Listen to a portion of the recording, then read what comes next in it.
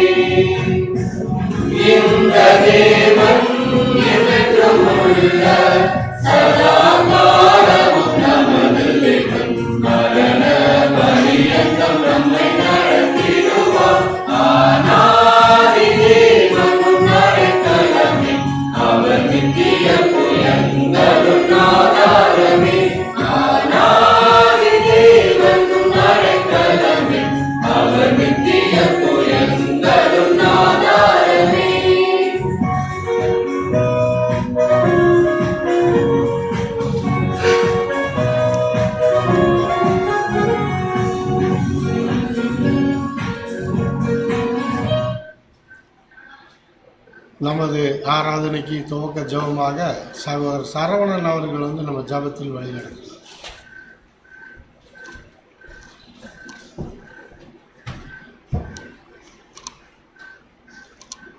ஜெபம் செய்வோம். தாம் ஒருவராய் சாவாமை உள்ளவரும் ஒருவரும் சேரக்கூடாத ஒளியில் வாசம் பண்ணுகிறவரும் மனுஷரில் எவரும் கண்டிராதவரும் எவரும் காணக்கூடாதவருமாக இருக்கிற எங்கள் அன்பின் பரலோக தேவனே, இஸ்ரவேலின் சேனைகளின் தேவனாகிய கர்த்தாவே, வானமும் உடைய சிங்காசனம், பூமியும் உடைய பாதபடியப்பா, கேருபீன்கள் மத்தியில் ஒளியாய் வாசம் பண்ணுகிற எங்கள் அன்புள்ள தகப்பனே, அப்பா, உமது அன்பு குமாரனின் நாமத்தின் மூலம் எல்லா புகழும் துதி கனம் மகிமை யாவற்றையும் உமது அன்பு நாமத்திற்கே எடுக்கிறோம். தந்தையே,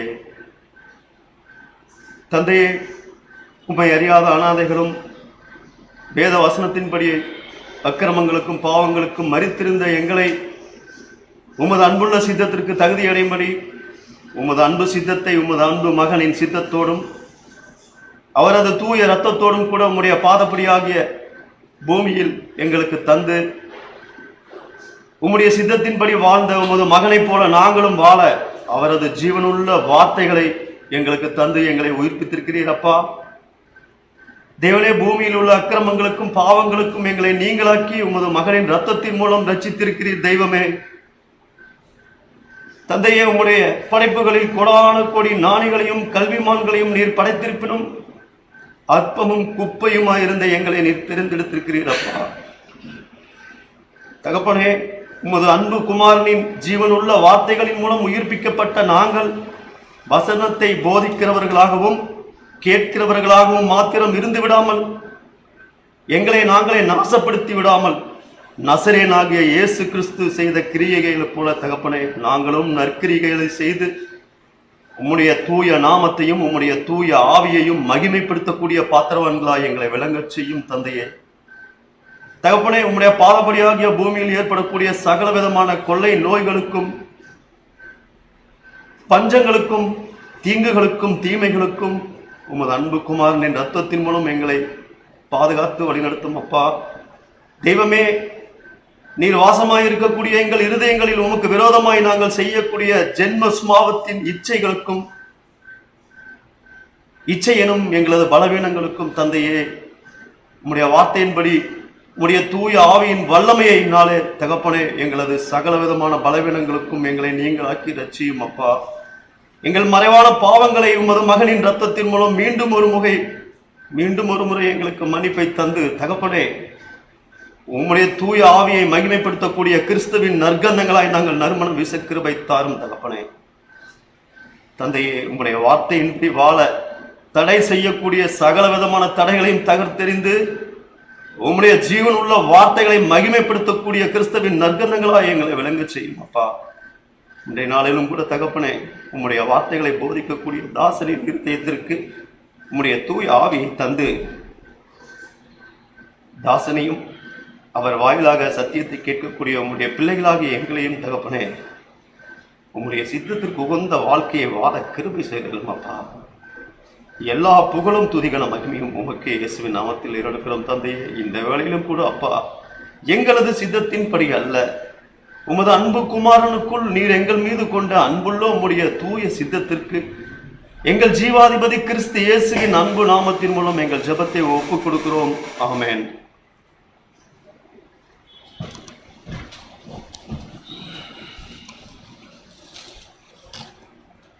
நமது விசுவாசம் சகோதரர் தாம்சன் அவர்கள் வாசிப்பார்.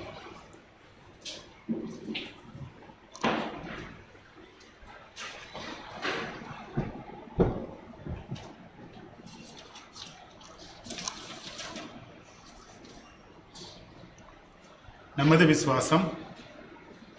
தாம் ஒருவராய் சாவாமை உள்ளவரும் ஒருவரும் சேரக்கூடாத ஒளியில் வாசம் பண்ணுகிறவரும் ஆதி அந்தமில்லாத ஏக சக்கராதிபதியுமான யெகோவா என்னும் நாமமுள்ள ஒன்றான மெய்தேவனையே விசுவாசிக்கிறோம்.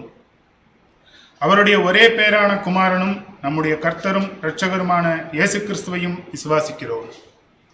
இவர் அதரிசனமான தேவனுடைய தற்சொரூபமும் சர்வ சிருஷ்டிக்கும் முந்தின பேருமானவர். தேவன் இவரை கொண்டும் இவருக்கென்றும் உலகங்களை எல்லாம் உண்டாக்கி இவரையே சர்வத்துக்கும் சுதந்திரவாளியாகவும் நியமித்தார். எல்லாம் இவருக்குள் நிலை நிற்கிறதென்றும் விசுவாசிக்கிறோம். இவர் தேவகுமாரனாய் இருந்தும் தேவனுக்கு சமமாயிருக்க எண்ணாமல் அக்கிரமங்களினால் ஜீவனை இழந்த மனுஷர் பேரில் மனதுருகி தம்மைத்தாமே வெறுமையாக்கி மனிதனாகி எல்லாரையும் மீட்கும் பொருளாக தம்முடைய ஜீவனையே கொடுத்து தேவனுக்கும் மனுஷருக்கும் சமாதானத்தை உண்டு பண்ணினார் என்றும் விசுவாசிக்கிறோம். ஆதலால் தேவன் இவரை மரித்தோரிலிருந்து எழுப்பி தம்மை போல் குமாரனும் ஜீவனுடையவராய் இருக்க அருள் செய்து எல்லாவற்றுக்கும் மேலாக உயர்த்தி தம்முடைய வல்லமையின் வலது பாரிசத்தில் வீற்றிருக்க செய்தார் என்றும் விசுவாசிக்கிறோம். இவரே தேவனுக்கும் மனுஷருக்கும் மத்தியஸ்தராகவும் சபையாகிய சரீரத்துக்கு தலையாகவும் இருக்கிறார் என்றும் விசுவாசிக்கிறோம். இவர் பரலோகத்துக்கேறி தாம் வாக்குத்தத்தம் பண்ணின உன்னதத்திலிருந்து வரும் பலனாகிய பரிசுத்த ஆவியை விசுவாசிகள் அடங்கிய சபைக்கு அருளி தேவ சித்தத்தை அவர்களுக்கு வெளிப்படுத்தி பலியின் ஜீவியத்தில் அவர்களை நடத்தி வருகிறார் என்றும் விசுவாசிக்கிறோம். பிதா குறித்த காலத்தில் இவர் பலியின் மரணத்துக்குட்பட்டு முதலாம் உயிர்த்தெழுதல் அடையும் தம்முடைய சபையாகிய சகல பரிசுத்தவான்களோடும் இப்பூமியை நீதியாய் நியாயம் தீர்த்து சகல துரைத்தனத்தையும் அதிகாரத்தையும் வல்லமையும் பரிகரித்து என்றும் அழியாத தம்முடைய நீதியுள்ள அரசாட்சியை ஸ்தாபிப்பார் என்றும் விசுவாசிக்கிறோம். மரணமடைந்த மற்றவர்கள் கிறிஸ்துவின் அரசாட்சி காலத்தில் அவனவன் தன் வரிசையில் உயிர்ப்பிக்கப்பட்டு அவர் தம்முடைய மரணத்தினால் சம்பாதித்த நித்திய ஜீவன் அடைய வழிநடத்தப்பட்டு பூர்ணப்படுவார்கள் என்றும் விசுவாசிக்கிறோம். ஆனால் மனப்பூர்வமாய் சீர்திருந்தாதவர்கள் இரண்டாம் மரணத்திலே அழிக்கப்படுவார்கள் என்றும் விசுவாசிக்கிறோம். எல்லா சத்துருக்களையும் தமது பாதப்படியாக்கும் மட்டும் இவர் ஆளுகை செய்து கடைசி சத்துருவாகிய மரணத்தையும் பரிகரித்து எல்லாவற்றையும் முந்தின சீருக்கு கொண்டு வந்து பிதாவே சகலத்திலும் சகலவுமாய் இருப்பதற்கு அவருக்கு ராஜ்யத்தை ஒப்புக் கொடுத்து அவருக்கு கீழ்ப்பட்டு இருப்பார் என்றும் விசுவாசிக்கிறோம். ஆமென்.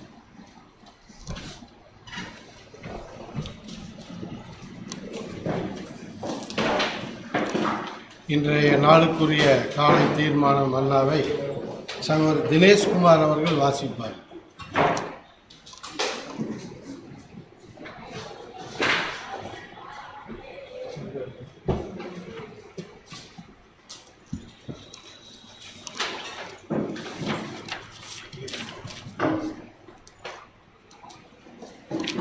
காலை தீர்மானம் 1 கொரிந்தியர் 13ஆம் அத்தியாயம். நான் மனுஷர் பாஷைகளையும் தூதர் பாஷைகளையும் பேசினாலும் அன்பு எனக்கு இராவிட்டால் சத்தமிடுகிற வெண்கலம் போலவும் ஓசையிடுகிற கைத்தாளம் போலவும் இருப்பேன். நான் தீர்க்க தரிசன வார்த்தை உடையவனாய் இருந்து சகல ரகசியங்களையும் சகல அறிவையும் அறிந்திருந்தாலும் மலைகளை பேர்க்கத்தக்கதாக சகல விசுவாசம் உள்ளவனாய் இருந்தாலும் அன்பு எனக்கு இராவிட்டால் நான் ஒன்றுமில்லை. எனக்கு உண்டான யாவற்றையும் நான் அன்னதானம் பண்ணினாலும் என் சரீரத்தை சுட்டரிக்கப்படுவதற்கு கொடுத்தாலும் அன்பு எனக்கு இராவிட்டால் எனக்கு பிரயோஜனம் ஒன்றுமில்லை. அன்பு நீடிய சாந்தமும் தயமும் உள்ளது. அன்புக்கு பொறாமை இல்லை. அன்பு தன்னை புகழாது. அன்பு இருமாப்பா இராது. அன்பு அயோக்கியமானதை செய்யாது. அன்பு தற்பொழிவை நாடாது. அன்பு சினையடையாது. அன்பு தீங்கு நினையாது. அன்பு அநியாயத்தில் சந்தோஷப்படாமல் அன்பு சத்தியத்தில் சந்தோஷப்படும். அன்பு சகலத்தையும் தாங்கும். அன்பு சகலத்தையும் விசுவாசிக்கும். அன்பு சகலத்தையும் நம்பும். அன்பு சகலத்தையும் சகிக்கும். அன்பு ஒரு காலம் ஒழியாது. தீர்க்க தரிசனங்களானாலும் ஒளிந்து போம். அந்நிய பாஷைகளானாலும் ஓய்ந்து போம். அறிவானாலும் ஒளிந்து போம். நம்முடைய அறிவு குறைவுள்ளது. நாம் தீர்க்க தரிசனம் சொல்லுதலும் குறைவுள்ளது. நிறைவானது வரும்போது குறைவானது ஒளிந்து போம். நான் குழந்தையாய் இருந்தபோது குழந்தையைப் போல பேசினேன். குழந்தையைப் போல சிந்தித்தேன். குழந்தையைப் போல யோசித்தேன். நான் புருஷனான போதோ குழந்தை கேட்டவளை ஒழித்து விட்டேன். இப்பொழுது கண்ணாடியில் நிழலாட்டமாய் பார்க்கிறோம். அப்பொழுது முகமுகமாய் பார்ப்போம். இப்பொழுது நான் குறைந்த அளவுள்ளவன். அப்பொழுது நான் அறியப்பட்டிருக்கிறபடியே அறிந்து கொள்வேன். இப்பொழுது விசுவாசம், நம்பிக்கை, அன்பு இம்மூன்றும் நிலைத்திருக்கிறது.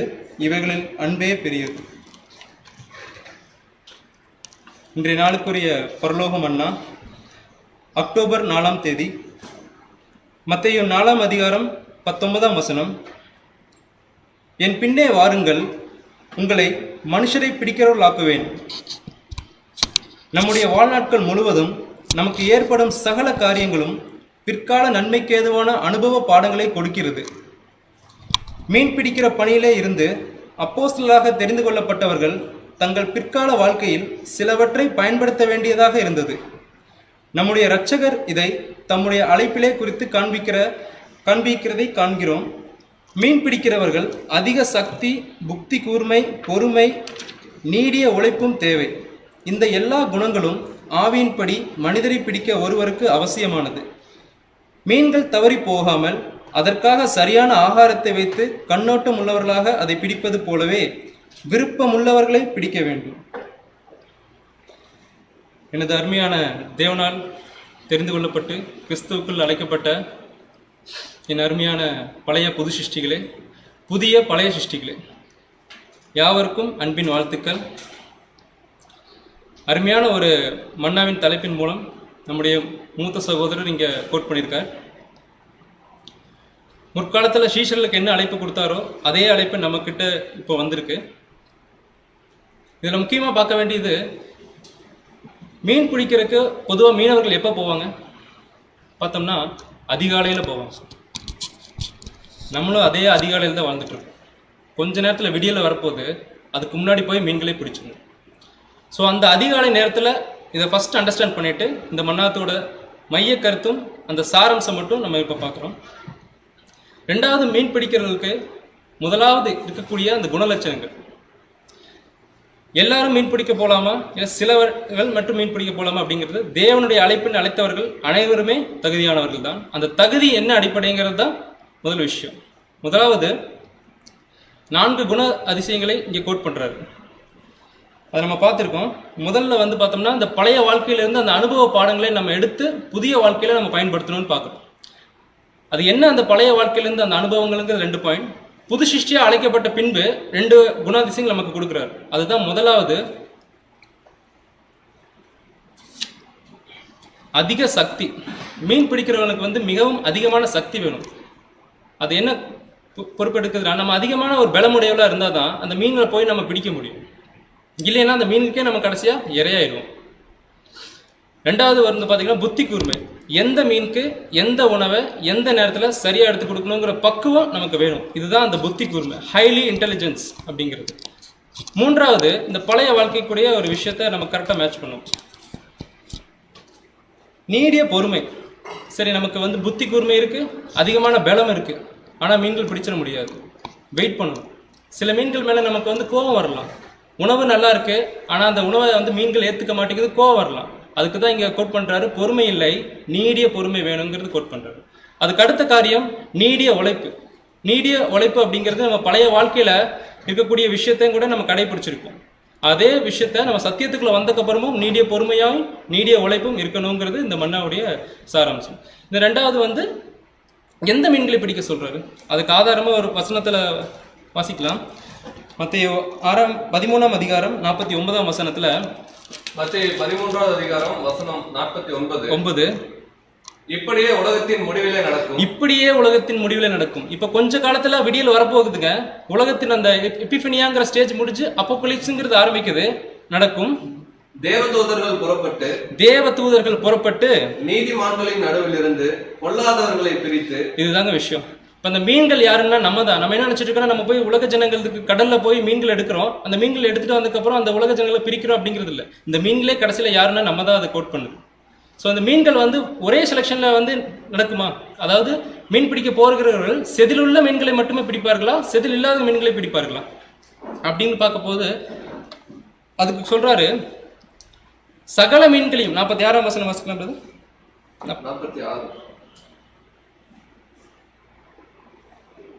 47ஆம் வசனம், அன்றியும் பரலோக ராஜ்யம் கடலிலே போடப்பட்டு சகல விதமான மீன்களையும், இதுல செதிலும் வரும், செதில் இல்லாமையும் வரும், சின்ன மீன்களும் வரும், பலமான மீன்களும் வரும், அதுல சகல மீன்களையும் இழுத்து வாரிக்கொண்டு வலைக்கு ஒப்பாய் இருக்குது அப்படிங்கிறது.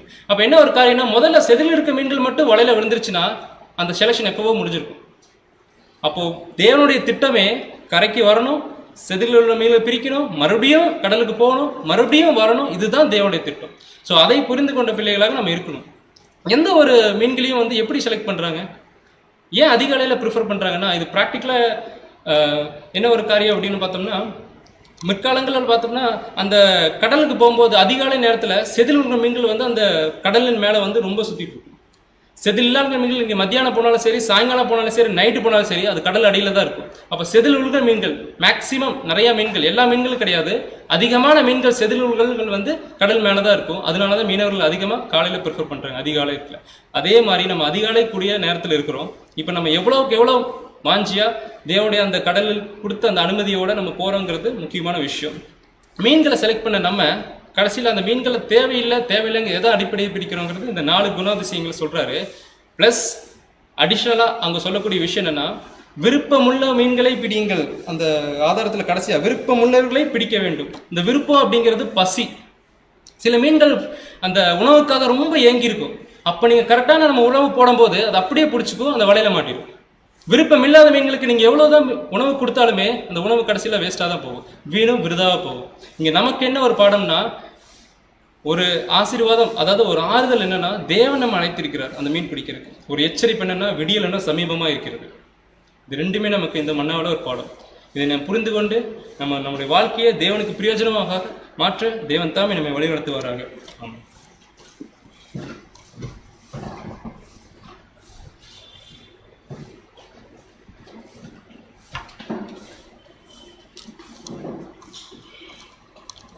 இன்றைய நாளிலும் நாம் தியானிக்கும்படியாக தெரிந்து கொள்ளப்பட்ட வேத பகுதி 1 கொரிந்தியர் 13ஆம் அதிகாரம் 13ஆம் வசனம்.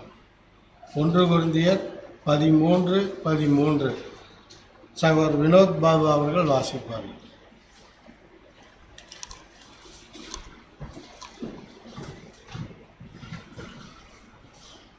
இன்றைய நாளுக்குரிய வேத வாசிப்பு 1 கொரிந்தியர் 13ஆம் அதிகாரம் 13ஆம் வசனம். இப்பொழுது விசுவாசம், நம்பிக்கை, அன்பு இம்மூன்றும் நிலைத்திருக்கிறது, இவைகளில் அன்பே பெரியது என்றது. ஆமாம்.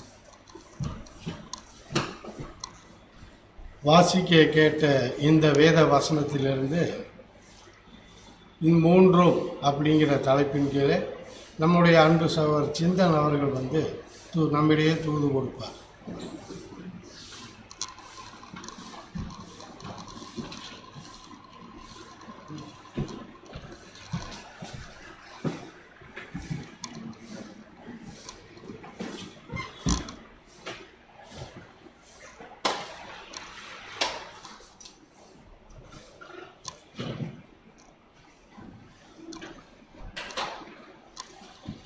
கிறிஸ்தேசுவுக்குள் அன்பு அழைக்கப்பட்ட அன்புக்குரிய சகோதர சகோதரிகளே, அனைவருக்கும் நம்முடைய பிதாவாகிய தேவனாலும் கர்த்தராகிய இயேசு கிறிஸ்துனாலும் கிருபையும் சமாதானம் உண்டாவதாக என் அன்பின் வாழ்த்துக்கள் தெரிவித்துக் கொள்கிறேன்.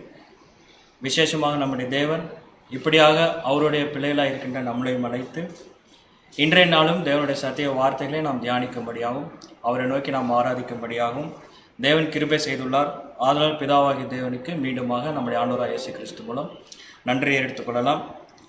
இந்த வாரம் பாடத்துக்கு போகிறதுக்கு முன்பாக பழமொழியெல்லாம் சொல்லிடுறேன். அதாவது பிரிவின் போது தான் உறவோட மதிப்பு என்பதை புரிந்து கொள்ள முடியும் அப்படின்னு சொல்லுவார். அது மாதிரி தான் 6 மாத காலங்கள் நம்ம ஆவியில் ஒன்றாக இருந்தாலும் மாம்ச ரீதியாக என்ன பண்ண முடியலன்னா நம்மளோட சகோதரி அன்பையும் பார்த்து கொள்ளலும் அந்த ஐக்கியத்தையும் நம்மளால் அது செய்ய முடியலை.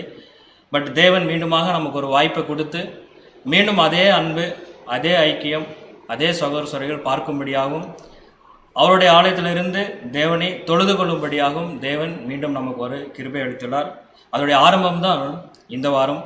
வருகின்ற வாரம் நிச்சயமாக நாம் அனைவரும் ஒன்று சேர்ந்து தேவனை நோக்கி நாம் ஆராதனை செய்வோம் என்ற விசுவாசத்துடன் இந்த வார பாடத்துக்குள் நாம் கடந்து செல்வோம்.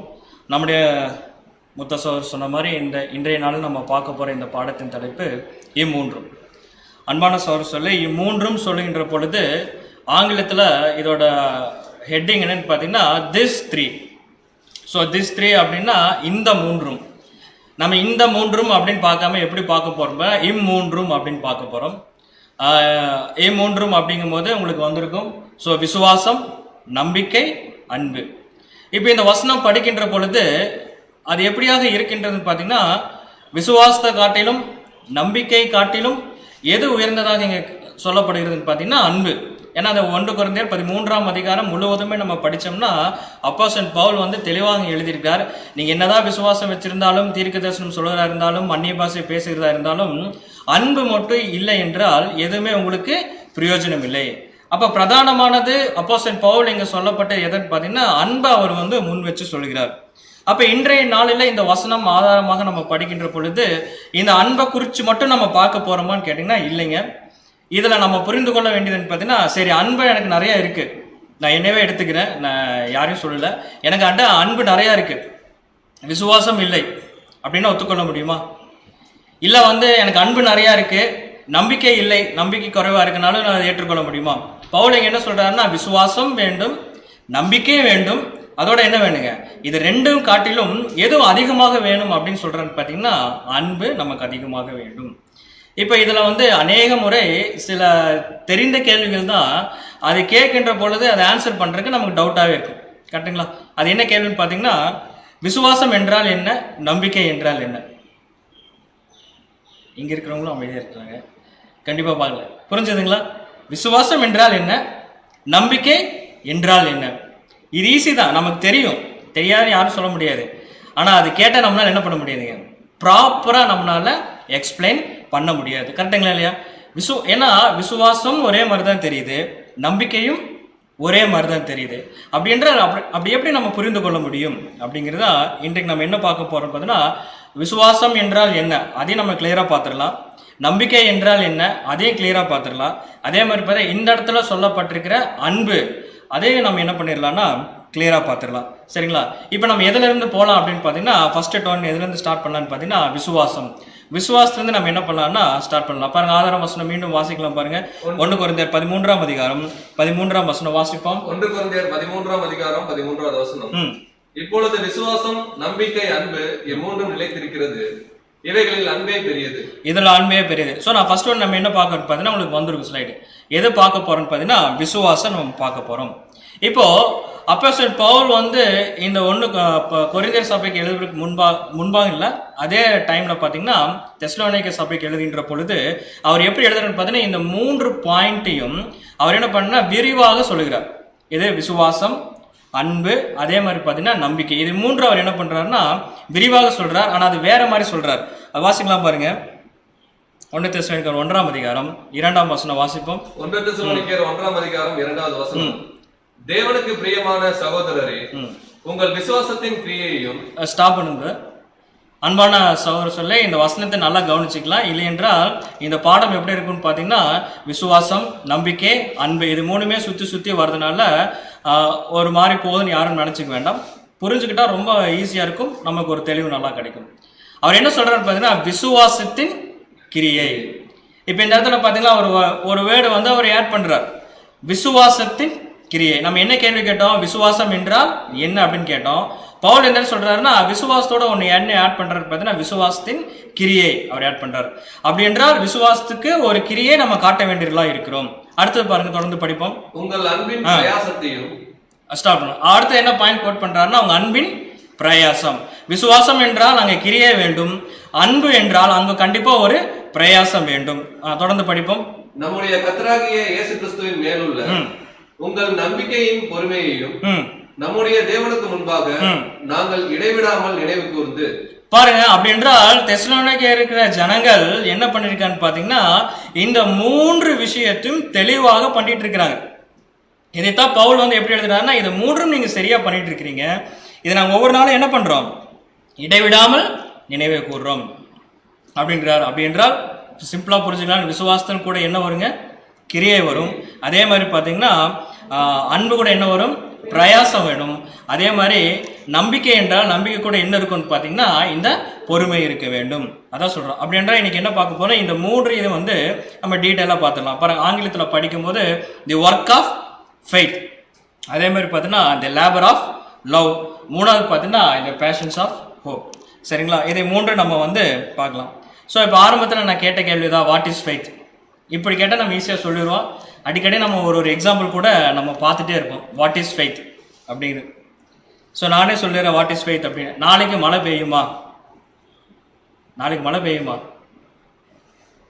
பார்த்தது தானே, நாளைக்கு மழை பெய்யுமா பெய்யாதான்னு நமக்கு தெரியாது. வானிலை அறிக்கை சொல்றது கூட சில நேரத்தில் என்ன பண்றது இல்லைங்க, ஒரு வாரத்துக்கு மழை இருக்குன்னு சொல்லுவாங்க, பட் மழையே இருக்காது. நாளைக்கு விடியுமான்னு கேட்டால் நம்ம என்ன சொல்லலாங்க, தாராளமாக என்ன சொல்லலாம், விடியும். பார்த்தீங்கன்னா அந்த விசுவாசத்தில் பார்த்தீங்கன்னா கான்ஃபிடென்ட் சொல்கிறோம்னா அது உறுதியான ஒரு நம்பிக்கை, உறுதியான ஒரு அழுத்தம் திருத்தமாக கண்டிப்பாக அதை என்ன பண்ணணும்னா நடக்கும் அப்படின்னு சொல்லி பார்க்குறோம். பாருங்கள், இந்த எக்ஸாம்பிள் நம்ம நிறைய தடவை பார்த்துருக்குறோம், நான் மீண்டும் சொல்கிறேன், காரணம் இருக்குது. பாருங்கள், இதை விசுவாசித்தால் நாளைக்கு விடியும் என்பதை விசுவாசிக்கிறேன், நிச்சயமாக அதை என்ன பண்ணுங்க, விடியும். நான் மீண்டும் சொல்கிறேன் பாருங்க, காரணத்தோட, நாளைக்கு விடியும் என்பதை நான் விசுவாசிக்கிறேன், நிச்சயமாக அது விடியும். இந்த பாயிண்ட் பாருங்க, அழுத்தி சொல்றேன், காரணம் இருக்கு. ஏனென்றால் ஒரு மனுஷன் விசுவாசிக்கவில்லை என்றால் அவனால தேவன் என்ன பண்ண முடியாதுன்னா தொழுது கொள்ளவும் முடியாது, ப்ளீஸ் பண்ணவும் முடியாது. வசனம் நமக்கு தெளிவா சொல்லுது, ஒருவன் விசுவாசிக்கவில்லை என்றால் தேவனை அவனால் தொழுது கொள்ளவும் முடியாது, ப்ளீஸ், அதாவது தேவனுக்கு ஏற்ற மாதிரி காரியங்களும் அவனால செய்து கொள்ளவும் முடியாது. பாருங்க, வசனம் வாசிக்கலாம் பாருங்க. எபிரேயர் 11ஆம் அதிகாரம் வசனம் 1. விசுவாசமானது நம்பப்படுகிறவர்களின் உறுதியும் காணப்படாதவர்களின் நிச்சயமா இருக்கிறது. ஓகே, நெக்ஸ்ட் ஸ்லைட் போயாச்சுங்க. எபிரேயர் 11ஆம் அதிகாரம் 6ஆம் வசனம். Hebrews chapter 11 verse 6. It is impossible to please God without faith. விசுவாசம் இல்லாமல் தேவனுக்கு பிரியமாய் இருப்பது கூடாத காரியம். ஏனென்றால் தேவனிடத்தில் சேருகிறவன் அவர் உண்டென்றும் அவர் தம்மை தேடுகிறவர்களுக்கு பலன் அளிக்கிறவர் என்றும் விசுவாசிக்க வேண்டும். பாருங்க, இப்போ நமக்கு ஒரு விசுவாசம் வருகிறதுனாலே எப்படி வருது அப்படின்னு பாத்தீங்கன்னா, தேவனுடைய வார்த்தைகளை நம்ம அதிகமாக கேட்கின்ற பொழுது, தேவனுடைய வார்த்தைக்கு நம்ம கீழ்ப்படுகின்ற பொழுதுதான் நமக்குள்ள எது ஏற்படுதுன்னு பாத்தீங்கன்னா விசுவாசம் ஏற்படுகிறது. ஏதோ நம்மளால மொட்டைக்கான்னு சொல்லுவாங்க பாத்தீங்கன்னா, அந்த மாதிரி விசுவாசத்தை நம்மளால கொண்டு வர முடியாது. அதுல நம்ம ஸ்பெசிஃபிக்கா என்ன சொல்றோம்னு பாத்தீங்கன்னா மகா பரிசுத்தமான விசுவாசம், வசனத்தை மட்டும் நம்புகின்றது, வசனத்தை மட்டும் நம்பி நம்ம விசுவாசிக்கிறது பேரு மகா பரிசுத்த விசுவாசம் நம்ம சொல்லுகின்றோம். வசனம் அது கிளியரா சொல்லுது, விசுவாசம் இல்லாமல் தேவனுக்கு பிரியமா இருப்பது கூடாத காரியம். அப்போ விசுவாசம் இல்லாமல் தேவனுக்கு பிரியமா இருப்பது கூடவே கூடாது. அப்போ தேவனுக்கு பிரியமா இருக்க வேண்டும் என்றால் முதல்ல நம்ம என்ன பண்ணணுங்க, விசுவாசிக்க வேண்டும். இப்போ பாருங்க, இந்த இடத்துல ஒன்று ஸ்டாப் பண்ணுவோம். பிசாசு கூட விசுவாசிக்குது இல்லை, விசுவாசிக்கவே இல்லைங்க. அப்போ பாருங்க அந்த பாயிண்ட், அதனால திருப்பி பிசாசும் என்ன பண்ணுது, விசுவாசம். யாக்கோபுல நம்ம படிக்கிறோம். அதாவது பார்த்தீங்கன்னா கிரியே இல்லாத விசுவாசம் செத்ததற்கு சமம். ஏனென்றால் பிசாசு கூட என்ன பண்ணுதுங்க, விசுவாசிக்குது. அப்ப பிசாசு விசுவாசிக்குது என்றால் அந்த பிசாசு தேவனுக்கு பிரியமாவா நடக்குது. பண்ணலாம். அப்படி என்றால் இந்த இடத்துல என்ன புரிஞ்சுக்கலான்னு பார்த்தீங்கன்னா, விசுவாசங்க பிசாசுக்கு தெரியும், ஆண்டவராகிய இயேசு கிறிஸ்துவின் ராஜ்யம் கண்டிப்பாக வரும், இவனுக்கு ஒரு முடிவு இருக்குன்னு சொல்லி அவனுக்கு நல்லா தெரியும், விசுவாசிக்கிற அது கான்ஃபிடன்ட் நடக்கும். ஆனா என்னன்னு பாத்தீங்கன்னா தேவனுக்கு அவனால என்ன பண்ண முடியும், பிரியமா நடக்க முடியாது. ஏன்னா தேவனுடைய வார்த்தை இப்ப யாருக்கு இல்லைன்னு பாத்தீங்கன்னா பிசாசுக்கு இல்ல, தேவனுடைய வார்த்தை பிசாசுக்கு இல்ல. அதனால தேவனுடைய கிரியை அவனால செய்ய முடியல. இப்ப இந்த இடத்துல நம்மளே எடுத்துக்கலாம். இப்ப உண்மையாக தேவனுடைய ராஜ்யம் வரும் என்பதை நம்ம விசுவாசிக்கிறோம், ஆல்மோஸ்ட் வந்துருச்சு, சரிங்களா? அப்படி என்றால் நம்ம ஏன் இந்த உறுதிக்குள்ள போறோம்னு பாத்தீங்கன்னா தேவனுடைய வார்த்தை நமக்கு என்ன இருக்கு, தேவனுடைய வார்த்தை நமக்கு அதிகமா இருக்கு.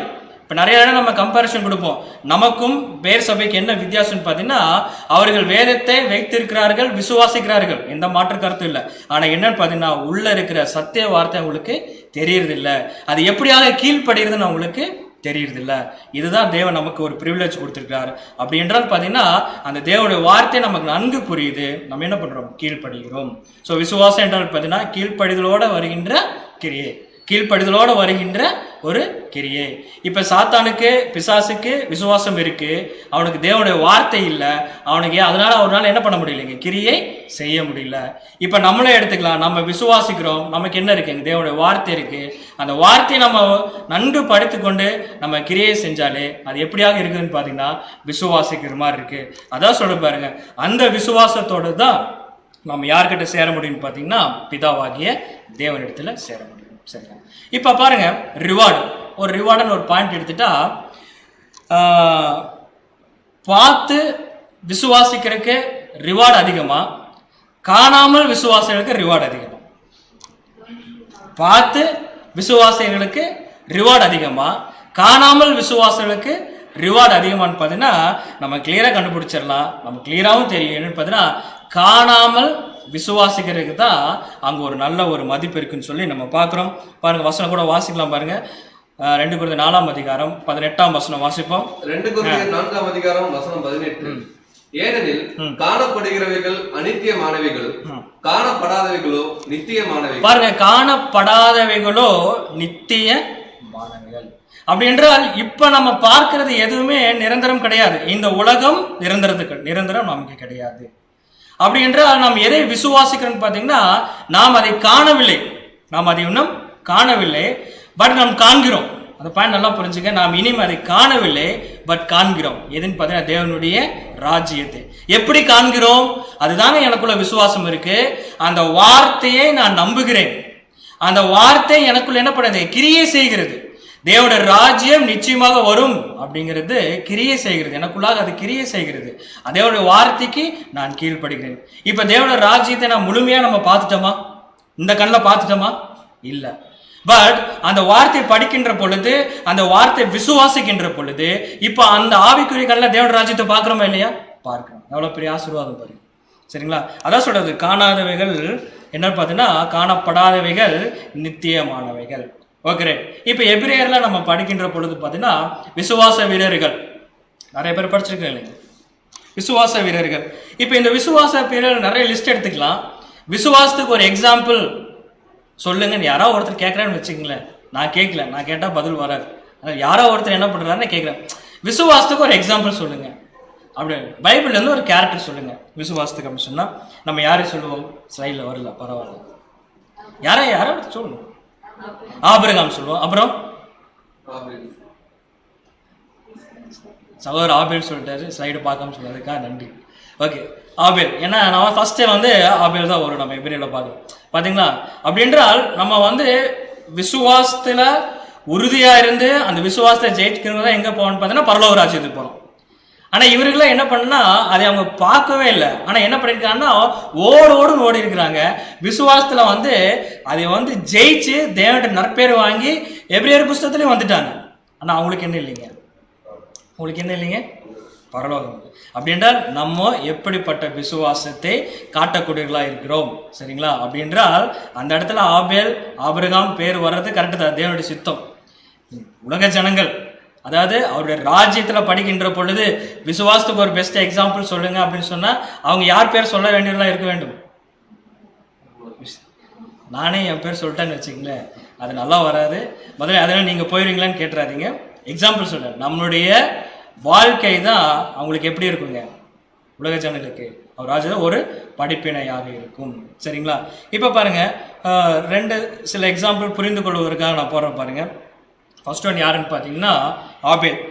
இப்போ ஆபேல் எப்படிப்பட்ட ஒரு விசுவாசத்தை ஆபேல் காட்டினார்?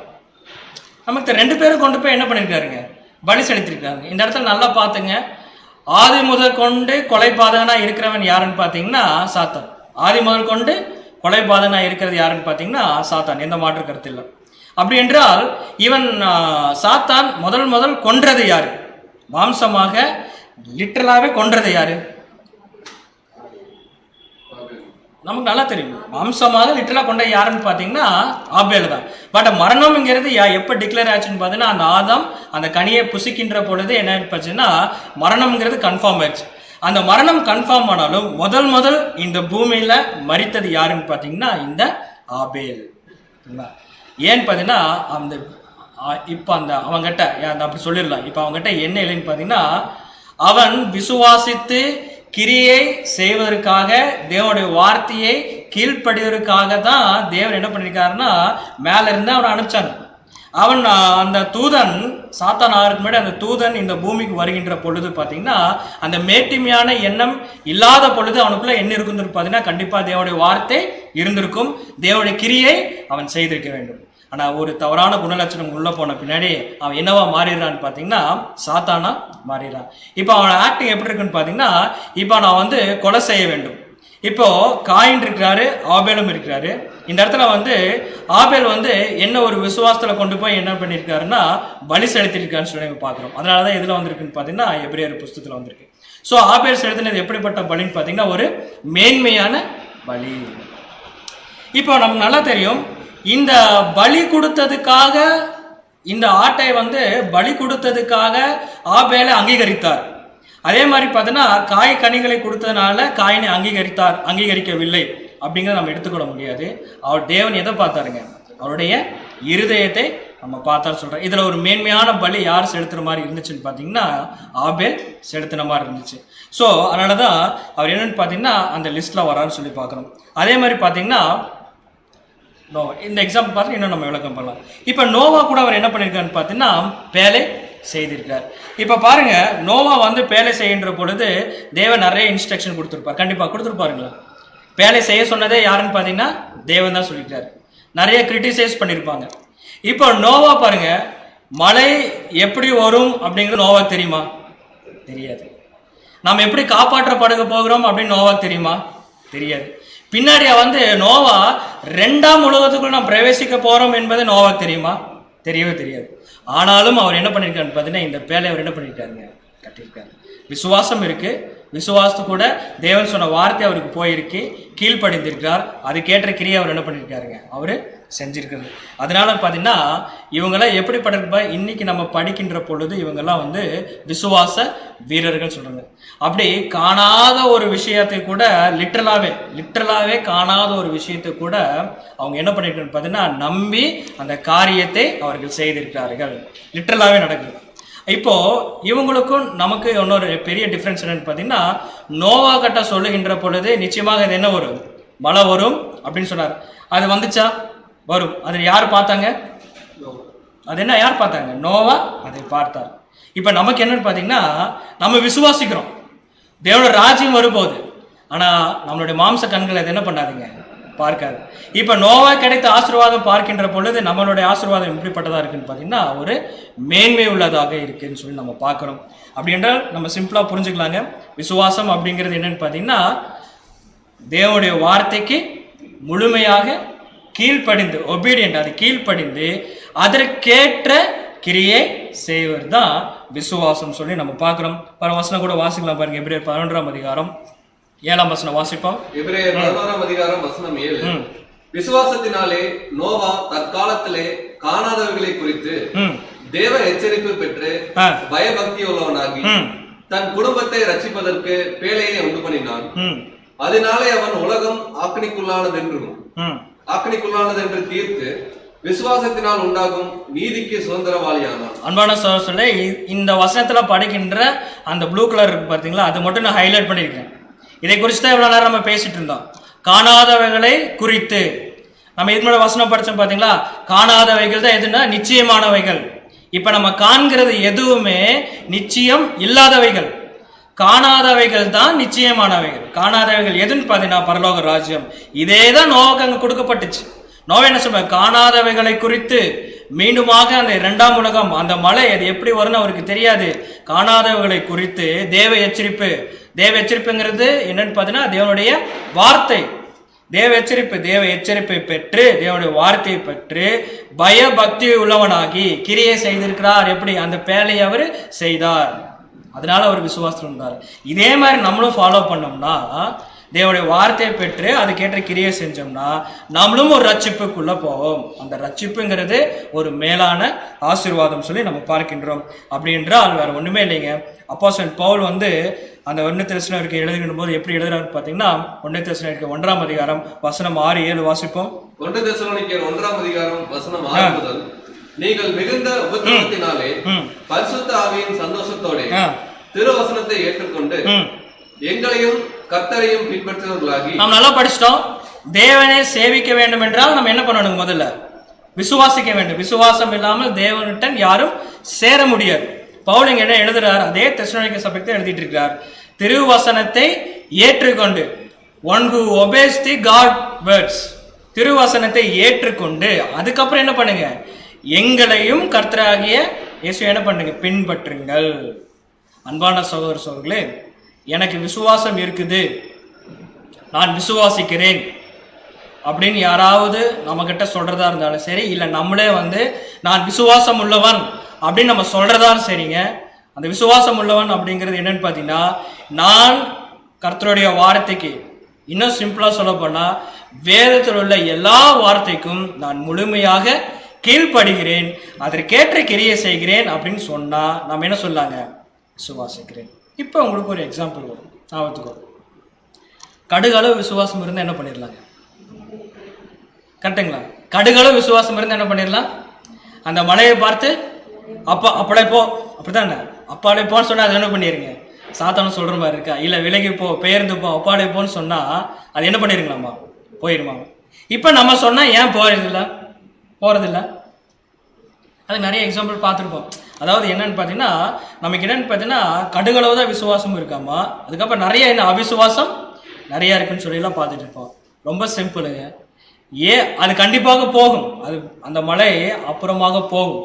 இப்போ நமக்கு எந்த அளவுக்கு விசுவாசம் வேணும் அப்படின்னு பார்த்தீங்கன்னா, நான் இன்னும் தேவனுடைய வார்த்தைக்கு முழுமையாக கீழ்ப்படிந்து அதற்கேற்ற கிரியை செய்யவில்லை. புரியுதுங்களா?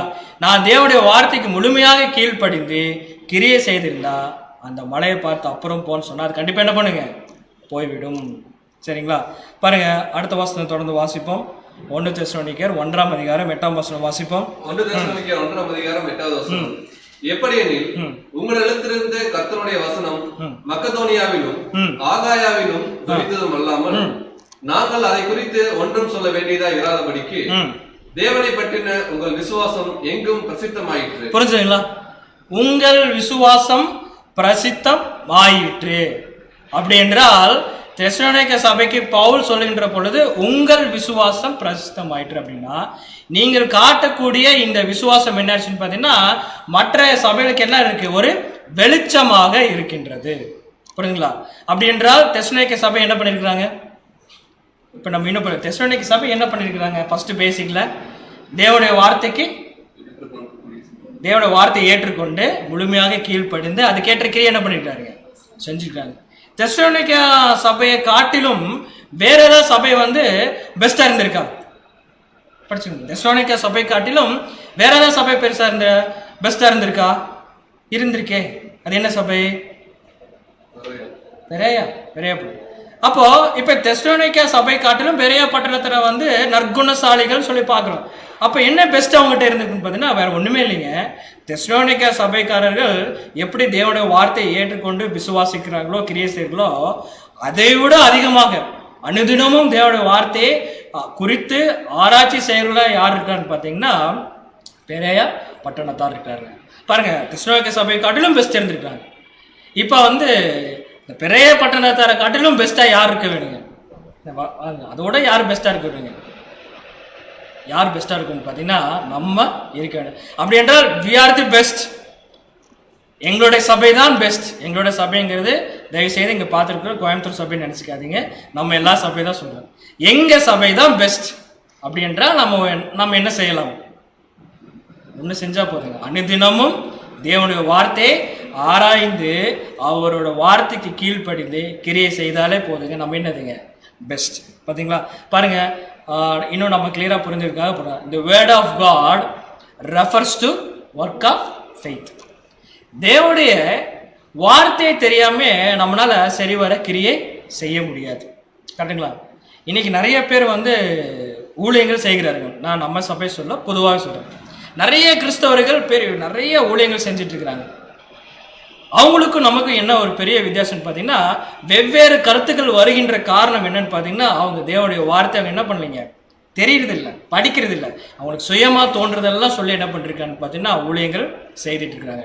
ஒரு தேவனுக்கு பிரியமாக ஒரு சரிவர ஊழியம் செய்ய வேண்டும் என்றால் நம்ம முதல்ல என்ன பண்ணணும்னு பார்த்தீங்கன்னா வேர்ட் ஆஃப் காட், கர்த்தருடைய வார்த்தை நம்ம ஆராய்ச்சி செய்து படிக்க வேண்டியவர்களாக இருக்கிறோம் சொல்லி நம்ம பார்க்குறோம். பாருங்க, வசன வாசனை பாருங்க. மத்தேயு 5ஆம் அதிகாரம் 14 16.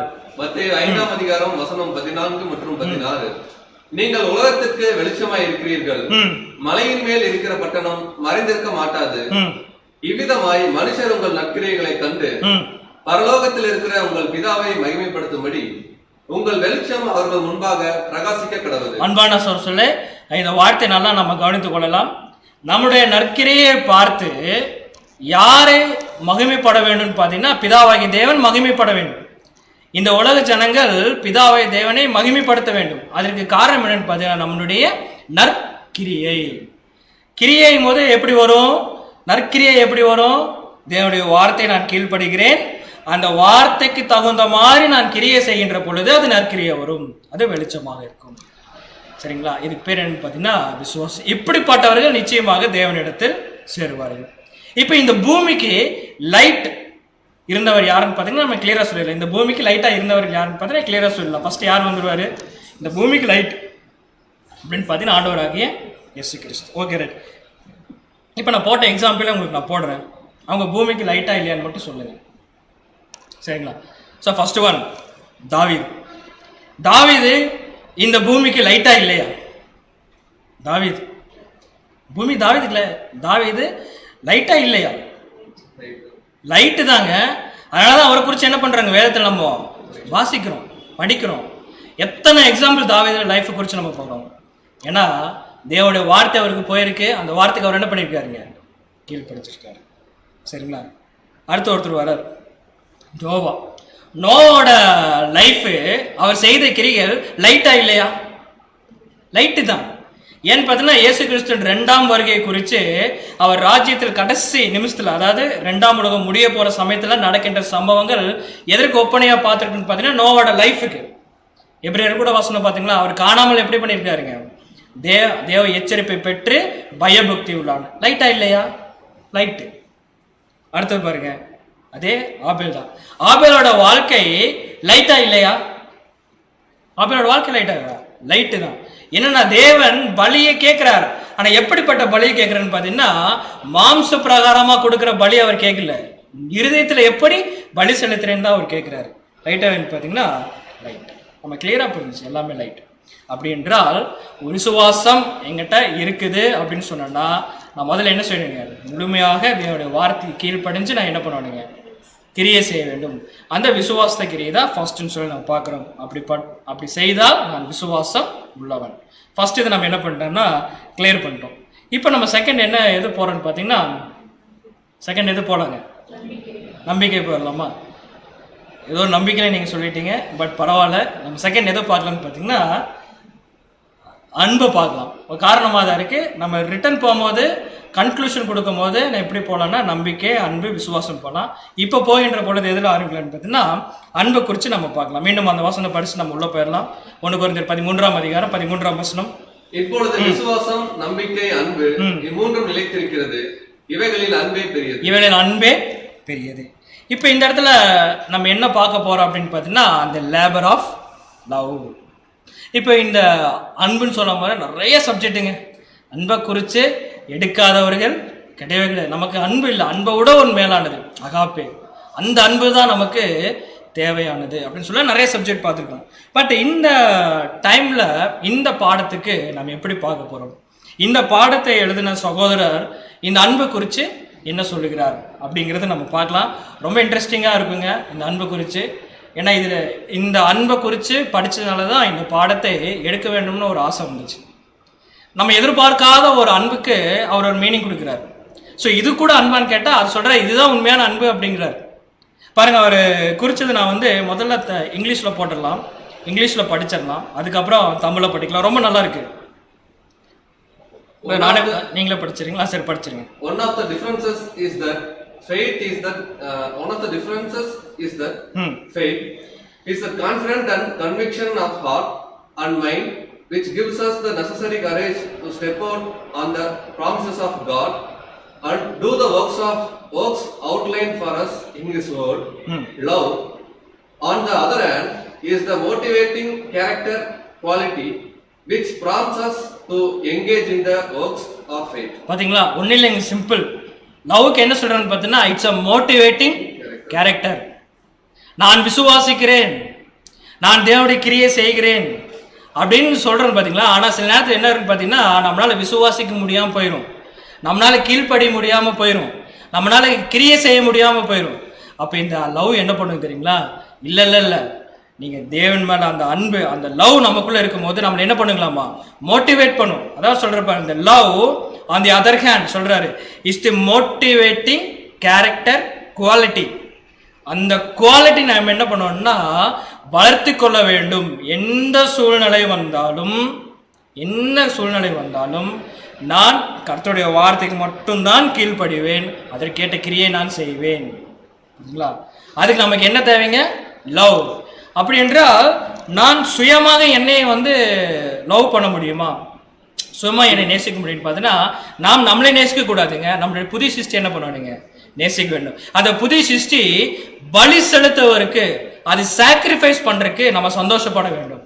இப்ப தேவனுக்காக, என் சகோதரருக்காக ஒரு இரவு முழுவதும் நான் முழிக்கிறேன்னு வச்சுங்களேன், கண் விழிக்கிறேன்னு வச்சுங்க, ரொம்ப கஷ்டமா இருக்கும். ஏதோ ஒரு சூழ்நிலை என் சகோதரர் முடியாம ஹாஸ்பிட்டல் இருக்கும்போது, இல்ல ஏதோ ஒரு உதவி தேகின்ற பொழுது நான் சாக்ரிஃபைஸ் பண்றேன் பார்த்தீங்களா? அந்த சாக்ரிஃபைஸ் பண்ணுகின்ற பொழுது நான் சோர்ந்து போகக்கூடாது. அந்த ஒவ்வொரு தடவையும் நான் கண் விழித்து கஷ்டப்படும் பொழுது நான் என்ன பண்ணுவேன்? என் புதிய சிருஷ்டியை நேசிக்க வேண்டும், அன்பு செலுத்த வேண்டும். இட்ஸ் அ மோட்டிஃபை, அதான் என்ன சொல்றேன், it's a motivating in on off hand. பாருங்க, இதை நம்ம தமிழ்ல படிக்கலாம். பாருங்க, அதே டிரான்ஸ்லேஷன் போட்டிருக்கிறேன், தமிழ்ல படிங்க பிரதர். வேறுபாடுகளில் ஒன்று என்னவென்றால், விசுவாசம் என்பது இருதயத்தையும் மனதையும் நம்புவதும் நம்பிக்கை அளிப்பதும் ஆகும். இது கடவுளின் வாக்குறுதிகளை மீறி அவருடைய வார்த்தையில் நமக்கு கோடிட்டுள்ள செயல்களை செய்வதற்கு தேவையான தைரியத்தை தருகிறது. மறுபுறம் அன்பு என்பது ஊக்கமளிக்கும் பாத்திர தரம். பாருங்க, அன்பு என்பது என்னதுங்க? ஊக்கமளிக்கும் பாத்திர தரம். It's a quality. அந்த பாத்திரம் சொன்ன அன்பு. நான் எந்த அளவுக்கு குவாலிட்டியா இருக்கிறேனோ அந்த அளவுக்கு தான் என்னால என்ன பண்ண முடியுங்க? அன்பு செலுத்த முடியும். தொடர்ந்து பாருங்க. இது விசுவாசத்தின் செயல்களில் ஈடுபட நம்மை தூண்டுகிறது. அப்படி என்றால் எல்லாத்தினாலும் என்ன பண்ண முடியாது தெரியுங்களா? விசுவாசிக்க முடியாது. இதுக்குள்ள பல கேள்வி வரும். ஏன் பிரதர் சத்தியம் நல்லா தானே இருக்கு, ஏன் நிறைய பேர் வர மாட்டேங்கிறாங்க அப்படின்னா, அவங்க சத்தியத்தை என்ன பண்ணலீங்க? அன்பு செலுத்தல. சத்தியத்தை அவங்க என்ன பண்ணலீங்க? லவ் பண்ணல. கடவுளோட வார்த்தைக்கு அவங்க நேசிக்கல. அதனால அவங்களால என்ன பண்ண முடியலன்னா கிரியை செய்ய முடியலன்னு சொல்லி பாக்குறோம். பாருங்க, எபிரேயர் 6ஆம் அதிகாரம் 10ஆம் வசனம் வாசிப்போம். எபிரேயர் 6ஆம் அதிகாரம் வசனம் 10. ஏனென்றால் உங்கள் கிரியையையும் நீங்கள் பரிசுத்தவான்களுக்கு ஊழியம் செய்ததினாலும் செய்து வருகிறதினாலும் தமது நாமத்துக்காக காண்பித்த அன்புள்ள பிரயாசத்தையும் மறந்து விடுவதற்கு தேவன் அநீதி உள்ளவர் அல்லவே. பாத்தீங்களா? It's a motivation. அவர் சொல்ற பாருங்க, உங்கள் கிரியையும். உங்கள் கிரியையும் என்னதுங்க? தேவனுடைய வார்த்தைக்கு கீழ்ப்படிந்து செய்கின்ற விசுவாசம். உங்கள் கிரியையும் நீங்கள் பரிசுத்தவான்களுக்கு ஊழியம் செய்ததினாலும். பரிசுத்தவான்கள் இங்கே நமக்கு யாரு? என்னோட சகோதர சகோதரி. இங்க நான் ஊழியம் செய்கின்ற பொழுது, இங்க ஊழியம் சொல்லும் போது என்னோட சகோதர சகோதரிக்கு ஊழியம் செய்கின்ற பொழுது அந்த அன்புள்ள பிரயாசத்தை நான் காண்கின்ற பொழுது தேவன் என்ன பண்றது இல்லைங்க? அதையே மறக்கிறதே கிடையாது. அதுக்கு ஏற்ற பலனை தேவன் நிச்சயமாக என்ன பண்றாருன்னா நமக்கு கொடுக்குறாருன்னு சொல்லி பார்க்கிறோம். பாருங்க, நாமத்திற்காக காண்பித்த அன்புள்ள பிரயாசத்தை. It's a labor of love. புரிஞ்சுங்களா? சும்மாலாம் அன்பு வராதுங்க. தேவனுடைய வார்த்தை எந்த அளவுக்கு நமக்கு உள்ளுக்குள்ள போகுதோ, தேவனுடைய வார்த்தைக்கு நம்ம எந்த அளவுக்கு கீழ்ப்படுகிறோமோ அதுக்கேற்ற கிரியை தான் என்னால் செய்ய முடியுங்க. அப்படி அந்த கிரியை செய்யறதுக்கு நான் யாரை நேசிக்கணும்னா இருப்பேனுங்க? என் தேவனை நான் நேசிக்கிறதா இருக்கும். தேவன் கொடுத்த வார்த்தையை நான் நேசிக்கிறோன்னா இருக்கும். என்னோட சகோதர சகோதரிகளை என்ன பண்ண நேசிக்கிறதா இருக்கும். It's a motivating. இந்த மோட்டிவேட்டிங் தான் லேபர் ஆஃப் லவ்னு சொல்லி பார்க்குறோம். பாருங்க, நம்ம சொன்ன எக்ஸாம்பிள் தான். It's a moving mountain. நமக்கு விசுவாசம் இருக்கலாம், இந்த மலைகளை பெயர்க்கத்தக்கதான விசுவாசம் இருக்கலாம். என்னோட விசுவாசம் இந்த மலைகளை அப்புறம் போல் சொன்னா போய்விடும் அப்படிங்கிற ஒரு விசுவாசம் நமக்குள்ள இருக்கலாம். இதெல்லாம் பார்த்தீங்கன்னா எதற்காக அப்படின்னு பார்த்தீங்கன்னா, எனக்கு மோட்டிவேட்டிங் என்ன வேணும்னு பார்த்தீங்கன்னா லவ் வேணும். இந்த லவ் இல்லாமல் இந்த மாதிரி காரியத்தை என்னால் செய்யவே முடியாது.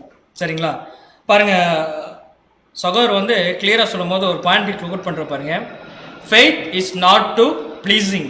நல்லா தெரிஞ்சுங்க, faith is not to pleasing அப்படின்னு என்ன சொல்றாருன்னா, நான் எப்படிப்பட்ட விசுவாசத்தை இருக்கிறேன், நான் ஜபம் செய்தால் அது நடந்துவிடும்.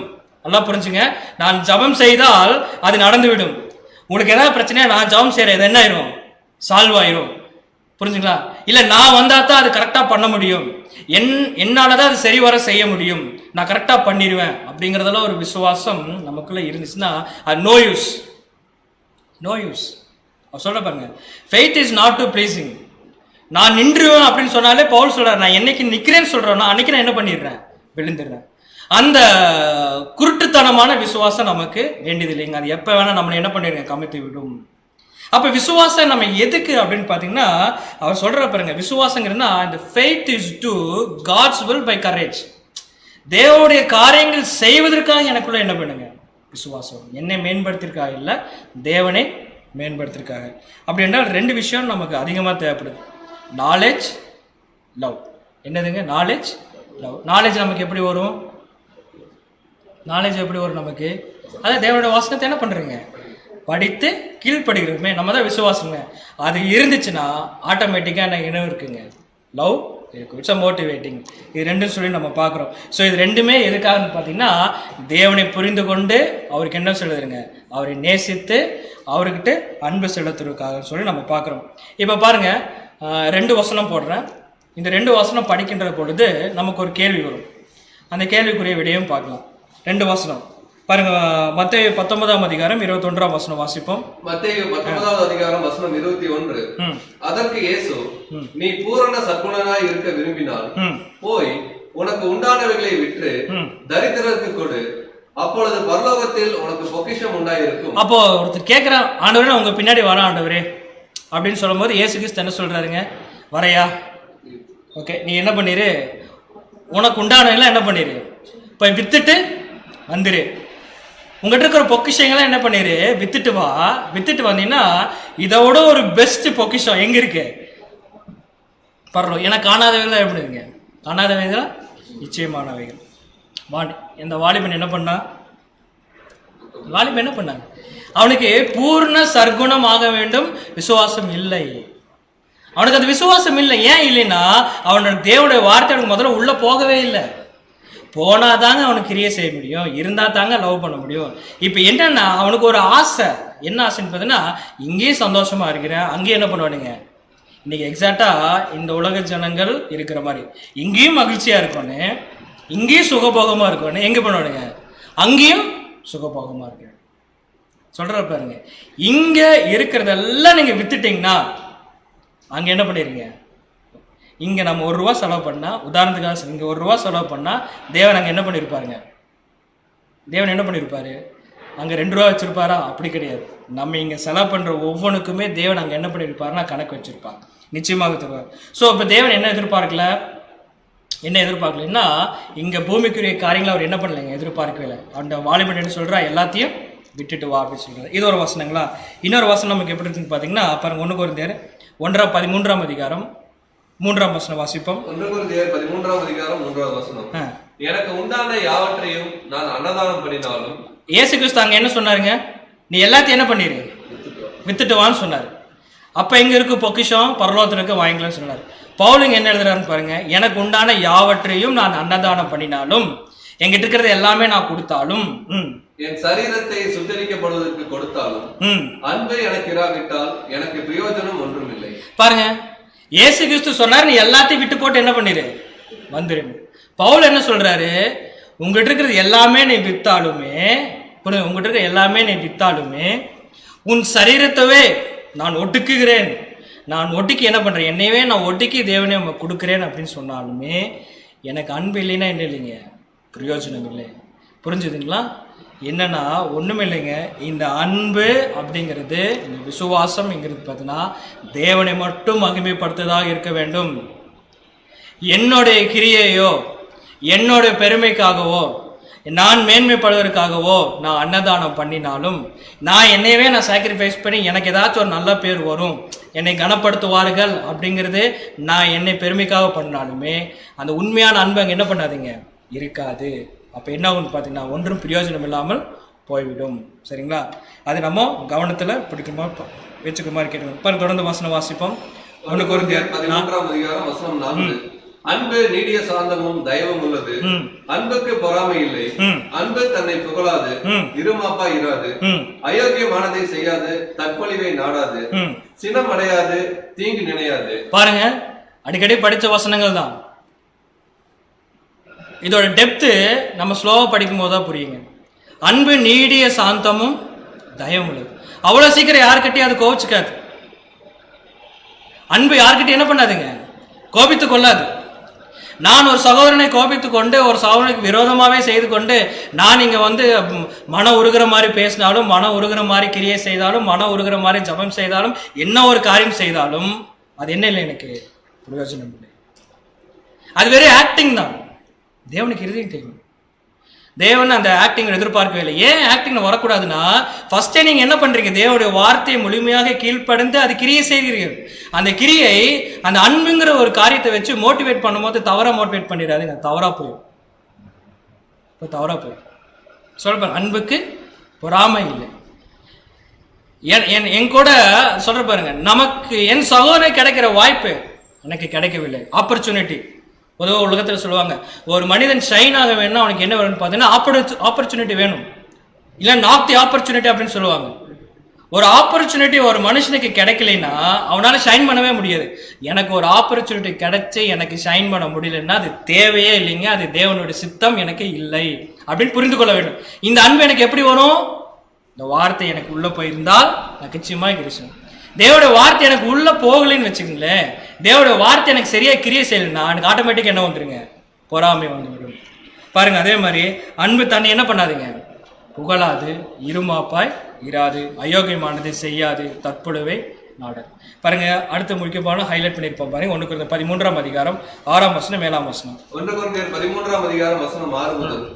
அநியாயத்தில் சந்தோஷப்படாமல் சத்தியத்தில் சந்தோஷப்படும், சகலத்தையும் தாங்கும். அது என்னங்க சகலத்தையும் தாங்கும்? சகலத்தையும் தாங்கும், அதுக்கப்புறம் சகலத்தையும் விசுவாசிக்கும், அதுக்கப்புறம் சகலத்தையும் நம்பும், சகலத்தையும் நம்பும், சகலத்தையும் சகிக்கும். சரிங்களா? அது என்ன சகலத்தையும் சகலத்தையும் என்னன்னு பார்த்தீங்கன்னா, it's a father law. It's a father law. என்னன்னு பார்த்தீங்கன்னா, ஒரு அப்பா வந்து தன்னுடைய குமாரன் மேலே ரொம்ப அன்பு வச்சுட்டாருன்னு வச்சுங்க, அளவு கடந்து அன்பு வச்சுட்டார்.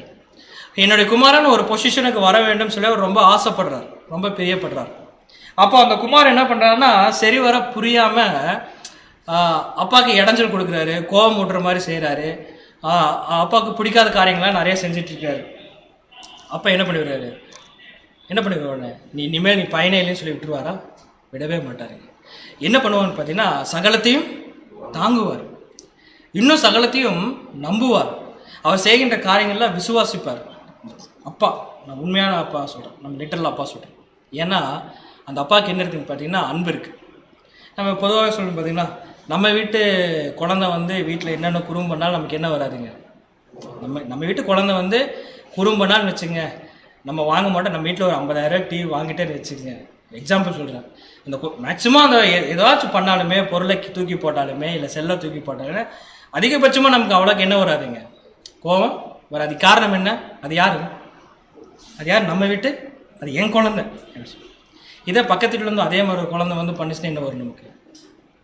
அதே மாதிரி புஜ்ஜு ஒன்றும் இல்லாமல் போயிருமான்னு சொல்லுவோமா? நமக்கு என்ன வந்துடுங்க, வரும் பாருங்க கோபம்.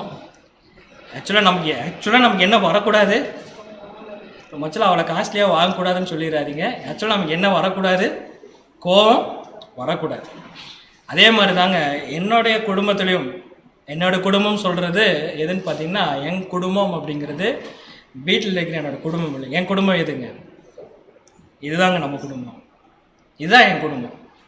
என் குடும்பத்தில் வந்து நான் சகலத்தையும் தாங்க வேண்டிய சூழ்நிலை வந்துச்சுன்னா தாங்கித்தான் ஆகணும். சகலத்தையும் விசுவாசிக்க வேண்டிய சூழ்நிலை வந்துச்சுன்னா என்ன பண்ண, விசுவாசிக்க தான் வேணும். சகலத்தையும் நம்ப வேண்டிய சூழ்நிலை வந்துச்சுன்னா நம்ப தான் வேணும். சரிங்களா? எங்கே நமக்கு கோபம் அதிகமாக வரும் தெரியுங்களா? பொதுவாகவே நான் ஆவிக்குரிய அர்த்தத்தில் வரேன். நமக்கு கோபம் எங்கே அதிகமாக வரும்? வீட்டில் வராது, அம்மா கிட்ட வராது, ஒய்ஃப் கிட்ட வராது. ஒய்ஃப் மிரட்டிடுவாங்கன்னு யாரும் சொல்ல வேண்டாம். வீட்டில் எங்கே வராது. நம்ம கோவம் எங்கே வரும் தெரியுங்களா? சுருன்னு கோவம் எங்கே வரும் தெரியுங்களா? எங்கே தெரியுங்களா வரும்? இங்கே தாங்க வரும். நம்ம காட்டுகின்ற பொழுது நம்ம அன்பை வந்து ரொம்ப எக்ஸ்ட்ரீமாக காட்டுறதும் இங்கே தான். இங்கே சபையில் அன்பை வந்து என்ன தெரியுங்களா, ரொம்ப எக்ஸ்ட்ரீமாக காட்டுறதும் சபையில் தான். கோபத்தை அதிகமாக எக்ஸ்ட்ரீமாக காட்டுறது எங்கே தெரியுங்களா? சபையில். இப்படி இருந்தால் தேவன் என்ன பண்ணுவார்? என்ன சொல்லுவார்? ஒன்றா ஆவியில் இருங்க, இல்லையா அனலாக இருங்க, இல்லைன்னா என்ன பண்ணுங்க, குளிராக இருங்க. ரெண்டு இருந்துச்சுன்னா யூஸ்லெஸ்ஸாக போகும். அப்படி என்றால் என்னுடைய அன்பு இட்ஸ் அ மோட்டிவேஷன். புரிஞ்சுங்களா? அப்படி என்றால் நான் மோட்டிவேட்டிங் பர்சன் அப்படின்னா, நான் அன்பு செலுத்தக்கூடிய பர்சன்னா, நான் பரலோகம் போறேன்லாம் இல்லையோ, உதாரணம் நான் பரலோகம் போறேன் இல்லையோ, என் பக்கத்தில் இருக்க சகோதரர் போற வரைக்கும் நான் என்ன பண்ணுவேன், ஊன்றுகோலாக இருக்கேன். புரிஞ்சுதுங்களா? இப்போ என் பக்கத்தில் ஒரு சகோதரர் இருக்கான்னு வச்சுங்க, அவர் பரலோகம் போறதுக்காக நான் பிரயாசப்பட்டா ஆட்டோமேட்டிக்காக யார் போயிடலாம்? என் பக்கத்தில் இருக்கிற சகோதரர்கள் பரலோகம் போக வேண்டும், தேவனுடைய ராஜ்யத்தில் சேர வேண்டும் என்பதற்கு பிரயாசப்பட்டா ஆட்டோமேட்டிக்காக யார் போயிடலாங்க? நம்ம போயிடலாம். நம்ம என்ன பண்றது இல்லை தெரியுங்களா? அந்த பிரயாசத்தை சில நேரத்தில் தவற விடுகிறோம். சரிங்களா? அப்போ அன்பு என்கிறது ஒன்றும் இல்லை, இட்ஸ் அ மோட்டிவேட்டிங்.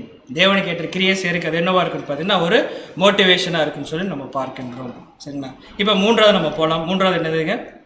நம்பிக்கை. மீண்டும் வசனம் படிச்சு நம்ம உள்ள போயிடலாம். 1 கொரிந்தியர் 13ஆம் அதிகாரம் 13ஆம் வசனம். 1 கொரிந்தியர் 13ஆம் அதிகாரம் 13ஆம் வசனம். இப்பொழுது விசுவாசம், நம்பிக்கை, அன்பு இம்மூன்றும் நிலைத்திருக்கிறது, இவைகளில் அன்பே பெரியது. இவைகள் அன்பே பெரியது. ஸோ இப்போ நம்ம என்ன பார்க்க போறோம்னு பார்த்தீங்கன்னா நம்பிக்கை குறித்து பார்க்க போறோம். It's a hope. இந்த ஹோப் அப்படிங்கிறதுன்னு பார்த்தீங்கன்னா இந்த வார்த்தைகள் அதிகமாக எங்கே பயன்படுத்துவாங்க அப்படின்னு பார்த்தீங்கன்னா ஹாஸ்பிட்டலில். கரெக்டுங்களா இல்லையா? ஹாஸ்பிட்டலில் பயன்படுங்க. அது நம்ம என்ன பண்ணிடலாம்னு பார்த்தீங்கன்னா ஒரு வசனம் படிச்சுட்டு அது நம்பிக்கைக்குள்ளே நம்ம போயிடலாம். பாருங்க, கலாத்தியர் 6ஆம் அதிகாரம் 9ஆம் வசனம். கலாத்தியர் 6ஆம் அதிகாரம் வசனம் 9. நன்மை செய்கிறதில் சோர்ந்து போகாமல் இருப்போமேயாக, நாம் தளர்ந்து போகாதிருந்தால் ஏற்ற காலத்தில் அறுப்போம். நம்பிக்கை அற்று போயிருச்சுன்னா நமக்கு என்ன வந்துருக்கு? சோர்வு, ஒரு தளர்வு நமக்கு ஏற்பட்டுருச்சு. ஸோ எனக்கு விசுவாசமே இல்லை பிரதர் அப்படின்னு சொல்ல நம்ம ஏதாச்சும் கேட்டுக்கிறோமா? என்ன எனக்கு நம்பிக்கையே இல்லைங்க பிரதர், எனக்கு இது நடக்குன்னு சுத்தமாக நம்பிக்கை இல்லைங்க. அப்புறம் சொல்லுவார் எனக்கு எல்லா நம்பிக்கை என்ன பண்ணிருச்சுங்க, போயிடுச்சுங்க, போச்சு, எல்லாமே போச்சு. ஒருத்தர் தளர்ந்து போய் சோர்ந்து போயிருக்கேன்னு கேட்டுப்பாருன்னா என்ன அடுத்து நடக்குன்னு சுத்தமாக நம்பிக்கை, என் வாழ்க்கையே போச்சுங்க, நம்பிக்கையே போச்சுங்க.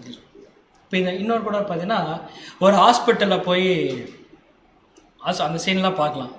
ஒருத்தருக்கு பார்த்தீங்கன்னா ஒன்றுமே இருக்காது, ஆனால் அவர் என்ன நினச்சிக்குவாருன்னா ஐயோ எனக்கு இன்னுமா வந்துருச்சு, எனக்கு பெரிய பெரிய வியாதியெல்லாம் வந்துருச்சு, எனக்கு கிட்னி வலிக்குது, தலை வலிக்குது, என் முதுகு வலிக்குது, நெஞ்சு வலிக்குது, இடுப்பு வலிக்குது, தொடை வலிக்குது அப்படின்ட்டு அங்கெங்கே குத்துது, எனக்கு ஏதோ ஆயிடுச்சு. அது வேறு கேஸாக தான் இருக்கும், அங்கங்கே பிடிச்சிட்டு இருக்கும். ஆகும் யார் சொல்லி அவர் என்ன பண்ண மாட்டாருன்னா கேட்க மாட்டார். ஆனால் டாக்டர்கிட்ட போய் டாக்டர் பார்த்துட்டு என்ன சொல்கிறாருன்னா கையில் தொட்டு அவர் எதுவும் பண்ணியிருக்க மாட்டார். அவர் ப்ரிஸ்கிரிப்ஷன் எழுதியே மருந்து கொடுத்துருக்க மாட்டார், இன்ஜெக்ஷன் போட்டிருக்க மாட்டார், எதுவுமே பண்ணியிருக்க மாட்டார். அப்படியே பார்த்துட்டு உங்களுக்கு ஒன்றும் இல்லைங்க, இது நாளைக்கு உங்களுக்கு சரியாருன்னு சொன்னால் நம்ம என்ன பண்ணுவோம்? வீட்டில் குதின்னு குதிச்சிருப்போம். அவர் சொன்ன அந்த ஒரு வார்த்தைக்கு அப்புறம் நம்ம எப்படி இருப்போம் தெரியுமா?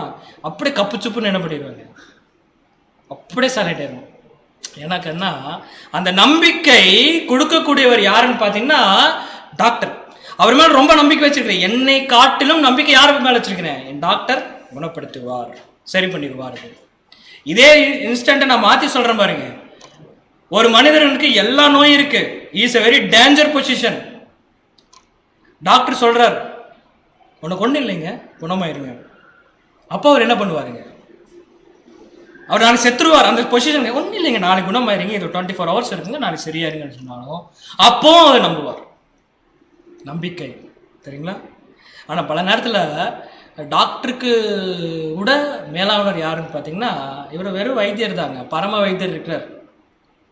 அவர் மேலே நமக்கு என்ன இல்லாமல் போயிடுச்சுன்னு பார்த்தீங்கன்னா நம்பிக்கை இல்லாமல் போயிடுச்சு. ஒரு மனுஷன் எங்கே நம்பிக்கை இழக்கிறான்னு பார்த்தீங்கன்னா பொறுமை இழக்கின்ற பொழுது முழுமையாக என்ன பண்ணிடுறான், நம்பிக்கை அவன் இழந்து விடுகிறான்னு சொல்லி நம்ம பார்க்குறோம். அப்படி என்றால் இந்த நம்பிக்கைங்கிறது என்ன அப்படின்னு பார்த்தீங்கன்னா வேறு ஒன்றுமே கிடையாதுங்க, இந்த அன்பு. நெக்ஸ்ட் டைம் போட்டுருங்க. ஓகே, இது சொல்லுவோம் இன்டர்செக்ஷன். வேற ஒன்றும் இல்லைங்க, ஒரு மனிதனுக்குள்ள ஆசை, அதுக்கப்புறம் அந்த ஆசை எப்படின்னா உறுதியான ஆசை. இது நடுவில் இருக்கிறதா என்னன்னு பார்த்தீங்கன்னா நம்பிக்கை. சரிங்களா? இப்போ ஆசை ஒன்றும் வரல. நமக்கு என்ன ஆசை, நமக்கு என்ன ஆசைன்னு பார்த்தீங்கன்னா எப்படியாச்சும் என்ன பண்ணிடுறாங்க, கிறிஸ்துவன் சரீரத்தில் நான் அங்கமாக வேண்டும் ஒரு ஆசை. அந்த ஆசைக்காக என்ன பண்ண உறுதியாக நான் போராடுறேன், உறுதியாக இருக்கிறேன், பொறுமை இழக்கவே இல்லை. இதுக்கு நடுவில் இருக்குது பார்த்தீங்களா இன்டர்செக்ஷன். இதுக்கு தான் என்னென்னு பார்த்தீங்கன்னா நம்பிக்கை. இந்த நம்பிக்கை எனக்கு போயிடுச்சுன்னா அந்த உறுதி எனக்கு போயிடும்.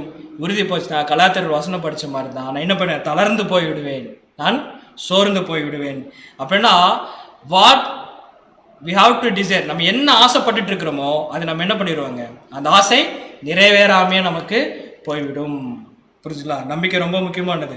பாரு, ரோமர் 8ஆம் அதிகாரம் வசனம் 24-25 வாசிப்போம். ரோமர் 8ஆம் அதிகாரம் வசனம் 24 முதல். அந்த நம்பிக்கையினாலே நாம் ரட்சிக்கப்பட்டிருக்கிறோம். காணப்படுகிறதை நம்புகிறது நம்பிக்கை அல்ல. காணப்படுகிறது நம்புறது நம்பிக்கை இல்லை சொல்றப்ப, இன்னைக்கு நீங்க பார்த்துட்டு இருக்கிறது இதெல்லாம் நம்பிக்கை இல்லை, இது ஒண்ணுமே இல்லை, காணப்படுற நம்பிக்கை இல்லை. ஒருவன் தான் காண்கிறதை நம்ப வேண்டுவது என்ன? நாம் காணாததை நம்பினோம் ஆகில். பாரு, நம்ம காணாதை நம்பினோம் ஆகில் அது வருகிறதற்கு பொறுமையோட காத்திருக்கும். பாத்தீங்களா? பேஷன்ஸ், பொறுமையோடு என்ன பண்ண தெரியுங்களா, காத்திருக்க வேண்டும். உறுதி, நான் எதுக்காக ஆசைப்பட்டிருக்கிறேனோ அந்த ஆசைக்காக என்ன பண்ணுவேங்க, உறுதியா இருக்க வேண்டும். இன்னைக்கு பாருங்க, இந்த உலகத்திலே கண்முடைய எத்தனை எக்ஸாம்பிள் நம்ம பார்த்துட்டு இருக்கிறோம். ஒருத்தர் டாக்டருக்கு படிக்க வேண்டும் ஆசைப்பட்டு பிரயாசப்படுறாங்க, ஆசைப்படுறாங்க, வருமானம் இல்லை, வீட்டில் வருமானம் இல்லை, ரொம்ப கஷ்டம், ரொம்ப ஆசைப்படுறாங்க. பட் அவங்களால போய் எக்ஸாமே எழுத முடியல. அப்படிங்கும் போது அந்த ஆசை, அந்த டிசையர், அந்த ஆசை உறுதியா இருக்கு. ஆனா அவங்களுக்கு என்ன இல்லை தெரியுங்களா, நம்பிக்கை இல்லை. நான் டாக்டரான நம்பிக்கை இல்லை, ஆசை இருக்கு, உறுதியும் இருக்கு, ஆனா அவளுக்கு ஹோப், நம்பிக்கை போயிடுச்சு. என்ன பண்ணிடுறாங்க உடனே? நம்ம நியூஸ்ல தாங்க பார்த்துட்டு இருக்கோம். ஏன்னா அதுதான் நம்ம எக்ஸாம்பிள் சொல்ல முடியும். என்ன பண்ணிருக்காங்கன்னா, ஆசை இருக்கு, ஆய்வனும் உறுதியும் இருக்குது, ஆனா நடுவில் இன்டர்செக்ஷன் என்ன ஆச்சுன்னு பார்த்தீங்கன்னா, நம்பிக்கையில ஹோப் இல்லை.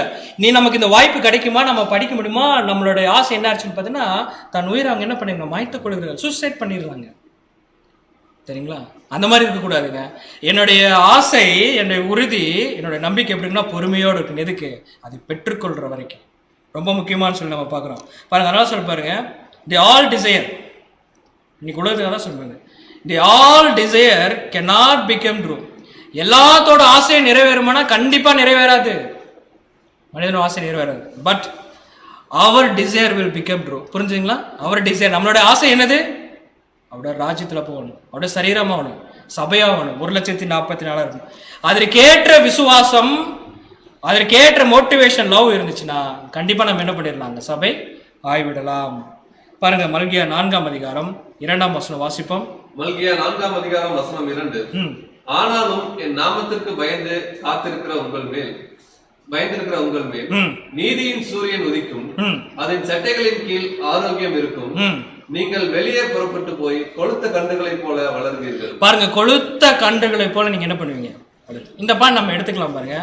ஆனாலும் என் நாமத்துக்கு பயந்திருக்கிற உங்கள் மேல் நீதியின் சூரியன் உதிக்கும். இப்ப இந்த இடத்துல யார் அவருடைய நாமத்துக்காக பயந்திருக்கிறார்கள்? அப்ப அவங்க வார்த்தை என்ன நமக்கு யாருக்கு தெரியுதோ, அந்த வார்த்தைக்கு யார் கீழ்ப்படுகிறார்களோ, அந்த வார்த்தைக்கு யாரு ஏற்றபடி கிரியை செய்கிறார்களோ, யாருக்கிட்ட அந்த மோட்டிவேஷன் லவ் இருக்கோ, கண்டிப்பா அவருக்கு மேல என்ன உதிக்குங்க, நீதியின் சூரியன். அந்த நீதியின் சூரியன் அவருக்கு மேல உதிச்சதுன்னா அந்த உதித்தவர்கள் எப்படி இருப்பாங்க? என் மேல லைட் அடிச்சுன்னு வச்சுங்க, நான் எப்படி இருப்பேன்? இப்போ நான் இருட்டில் இருக்கிறேன், என் மேலே நல்லா லைட் எரியுது, லைட் அடித்தா நான் எப்படி இருப்பேன்? நான் எப்படி இருப்பேன்னு பார்த்தீங்கன்னா ரொம்ப பிரைட்டாக இருப்பேன். அதான் வசனம் சொல்லுது பாருங்க, மத்தேயு 13ஆம் அதிகாரம் 43ஆம் வசனம். மத்தேயு 13ஆம் அதிகாரம் 43ஆவது வசனம். அப்பொழுது நீதிமான்கள் தங்கள் பிதாவின் ராஜ்யத்திலே சூரியனை போல பிரகாசிப்பார்கள், கேட்கிறதற்கு காதுள்ளவன் கேட்க கடவன். பாருங்க, நீதிமான்கள் என்ன பண்ணா அவரோட ராஜ்யத்துல சூரியனை போல பிரகாசிப்பார்களாமா. ஏன் சூரியனை போல பிரகாசிப்பாங்க பார்த்தீங்கன்னா, அவருக்கு மேல எது உதிச்சிருக்குங்க, சூரியன் உதிச்சிருக்கு. அதனால என்ன பண்றாங்கன்னா பிரகாசிக்கிறாங்க. அதுக்கு நமக்கு என்ன இருக்குன்னு பார்த்தீங்கன்னா பொறுமை, காதுள்ளவன் கேட்குங்க. நம்மளுடைய குளோரியஸ் ஸ்கோப்பே என்னன்னு பார்த்தீங்கன்னா இதுதாங்க. நம்மளுடைய குளோரியஸ் ஸ்கோப்பே அதுதான். எப்படியாச்சும் பொறுமையா இருந்து என்ன உபத்திரவம், என்ன தளர்வு, என்ன சோர்வு நம்ம வாழ்க்கையில ஏற்பட்டாலும் என்னோட நம்பிக்கை என்ன பண்ணுவானுங்க, இழந்து போகவே கூடாது. பிரயாசம். சரிங்களா? ரோமர் 5ஆம் அதிகாரம் 2ஆம் வசனம் வாசிப்போம். ரோமர் 5ஆம் அதிகாரம் வசனம் 2.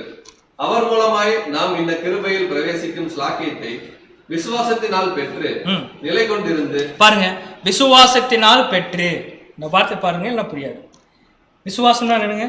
பெற்று இல்ல, விசுவாசம். விசுவாசம் விசுவாசம் நம்ம என்ன படிச்சோங்க? ஃபர்ஸ்ட் விசுவாசத்தை ஃபர்ஸ்ட் என்னங்க, தேவனுடைய வார்த்தை நமக்குள்ள கேட்க வேண்டும், அது நமக்குள்ள போக வேண்டும்.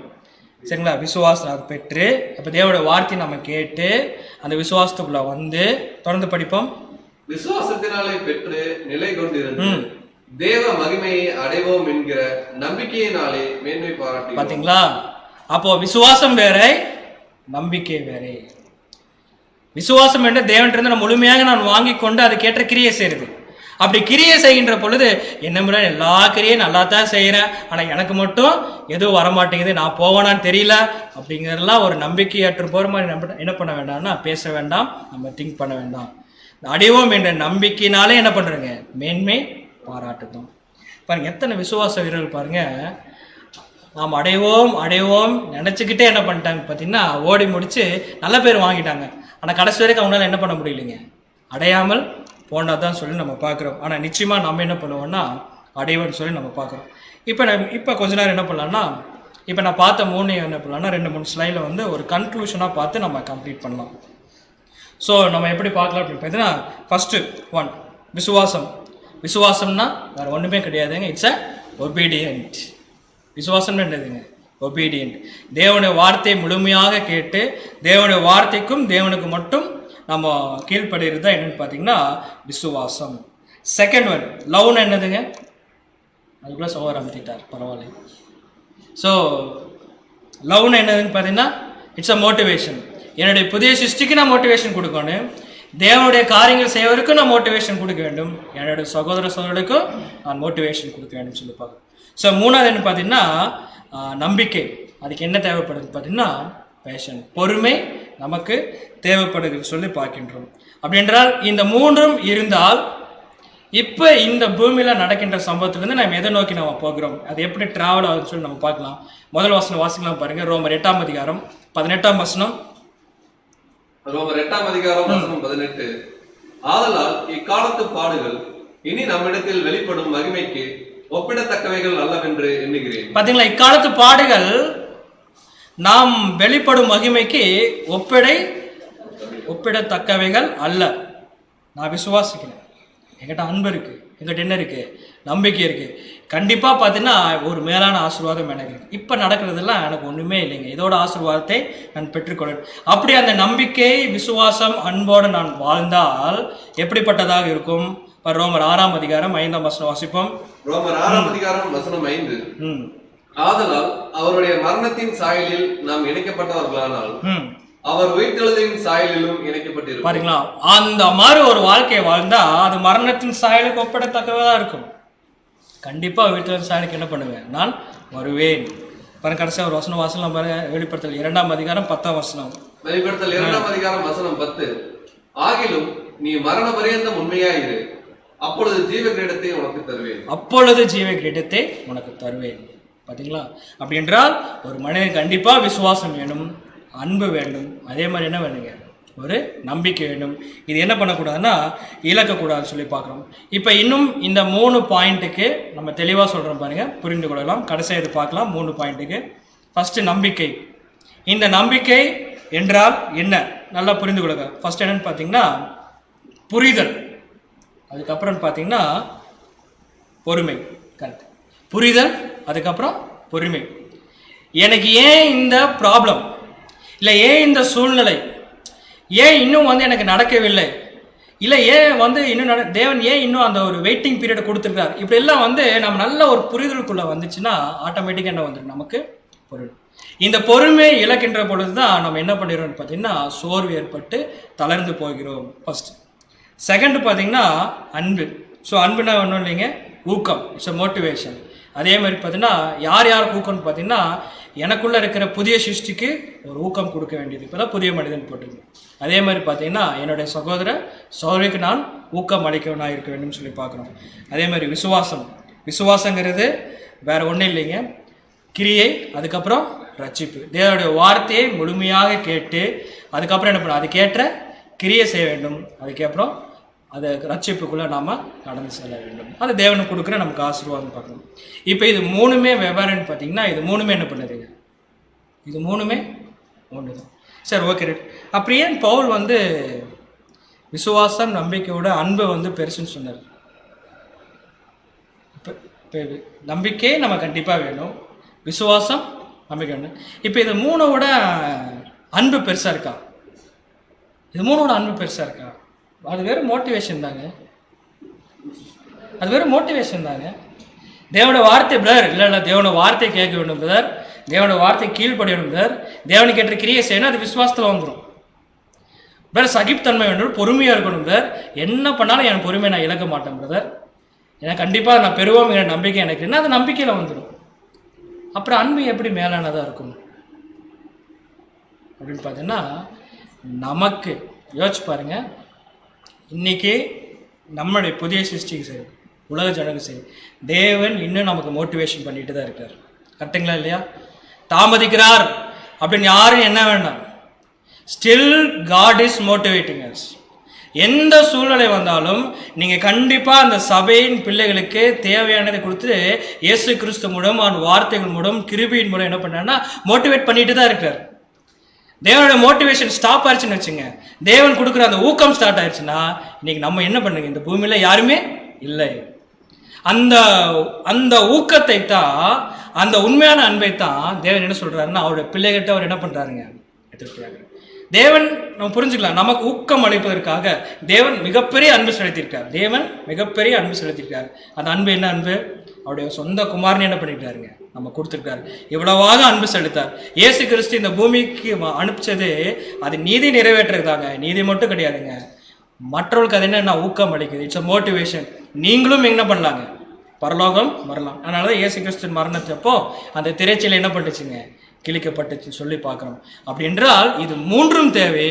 இருந்தாலும் நமக்கு என்னன்னு பார்த்தீங்கன்னா மோட்டிவேஷன். அதுதான் சொன்னேன், என்னுடைய சகோதர சகோதரி பரலோகம் போடுறதுக்காக பிரயாசப்பட்டா ஆட்டோமேட்டிக்காக நான் என்ன பண்ணிடுவேங்க, போய்விடுவேன்னு சொல்லி பார்க்குறோம்.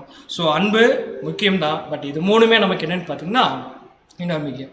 பட் இந்த பாடத்தை எழுதின சகோதரர் இன்னொரு பாயிண்ட் கூட ஆட் பண்ணார், அது இங்கே போடல, பட் இதுக்கு நான் சொல்லி முடிச்சிடலாம். அவர் என்ன சொல்கிறாருன்னு பார்த்தீங்கன்னா, பவுல் நிறைய சூழ்நிலைகளை அவர் கடந்து சென்றதுனால ஒவ்வொரு இதில் ஒவ்வொரு மாதிரி அவர் எழுதியிருக்கார். பட் அன்பு ஒரு இன்னும் பிரதானமாக சொல்கிறதுக்கு காரணம் என்னன்னு பார்த்தீங்கன்னா, நம்முடைய பிதாவாகிய தேவன் குணலட்சணத்தில் பார்த்தீங்கன்னா ஒரு பிரதானமானது என்ன இருக்குன்னு பார்த்தீங்கன்னா அன்பு இருக்குது. அன்பு, ஞானம், வல்லமை, நீதி.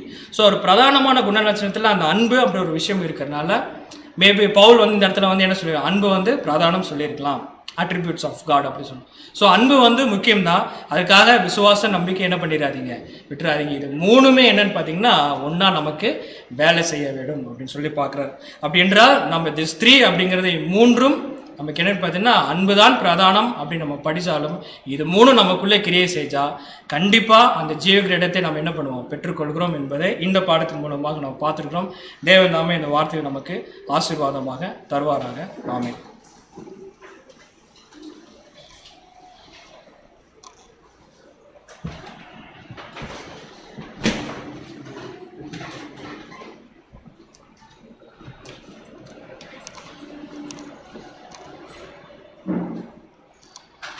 மூன்றும் அப்படிங்கிற தலைப்பின் கீழே இன்றைய நாளிலே தேவ செய்தியை நாம் கேட்கும்படியாக கிருபை செய்த தேவனுக்கும் கிறிஸ்துவுக்கும் தூது கொடுத்த நம்முடைய அன்பு சகோதரர் சிந்தன் அவர்களுக்கும் நம் சபையின் சார்பாக நன்றியை தெரிவித்துக் கொள்வோம்.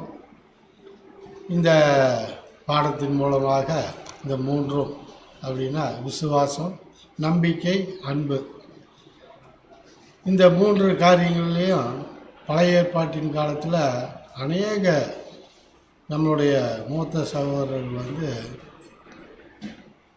நிறைய காரியங்களில் அவங்க ஓடி இருக்கிறாங்க. அந்த அளவுக்கு நம்ம ஓட முடியுமாங்கிறது தெரியல.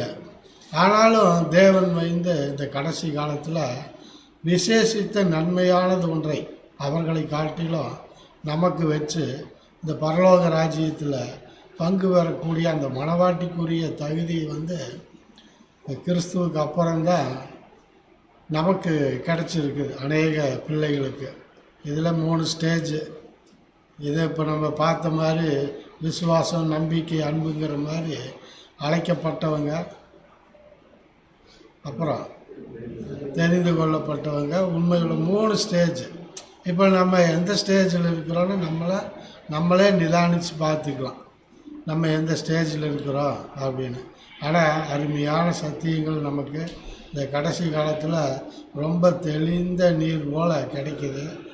நம்ம இனியும் நம்மளை தகுதிப்படுத்திக்கணுங்கிறது தான் ரொம்ப காலம் சமீபம் அப்படிங்கிறத நம்ம உணர்ந்துட்டு சத்தியங்களை நம்ம கேட்கிறவர்களாகவும் பேசுகிறவர்களாகவும் மாத்திரமல்ல, அதன்படி கைகொள்கிறவர்களாகவும் மற்றவர்களுக்கு நம்ம பிரயோஜனம் உள்ளவர்களாகவும் நம்ம ஒவ்வொருவரும் மாறணும்.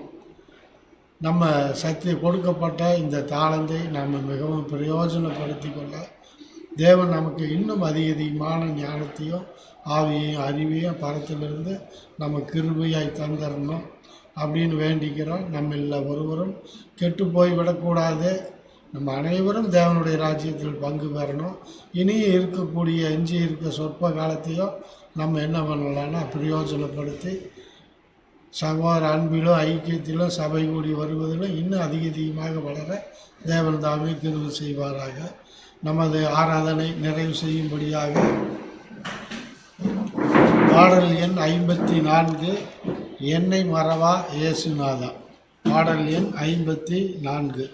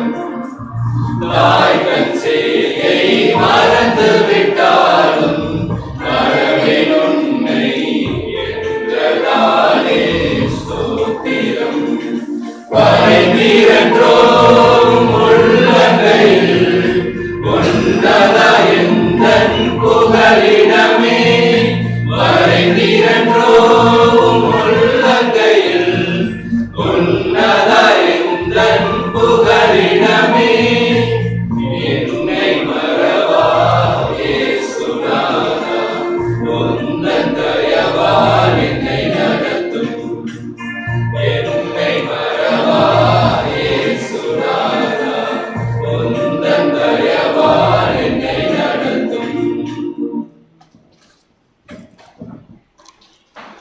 நமது ஆராதனைக்கு இறுதியாக நம்முடைய அன்பு சகோதரர் கண்ணன் அவர்கள் வந்து நம்ம ஜெபத்தில் வழி நடத்துவார்.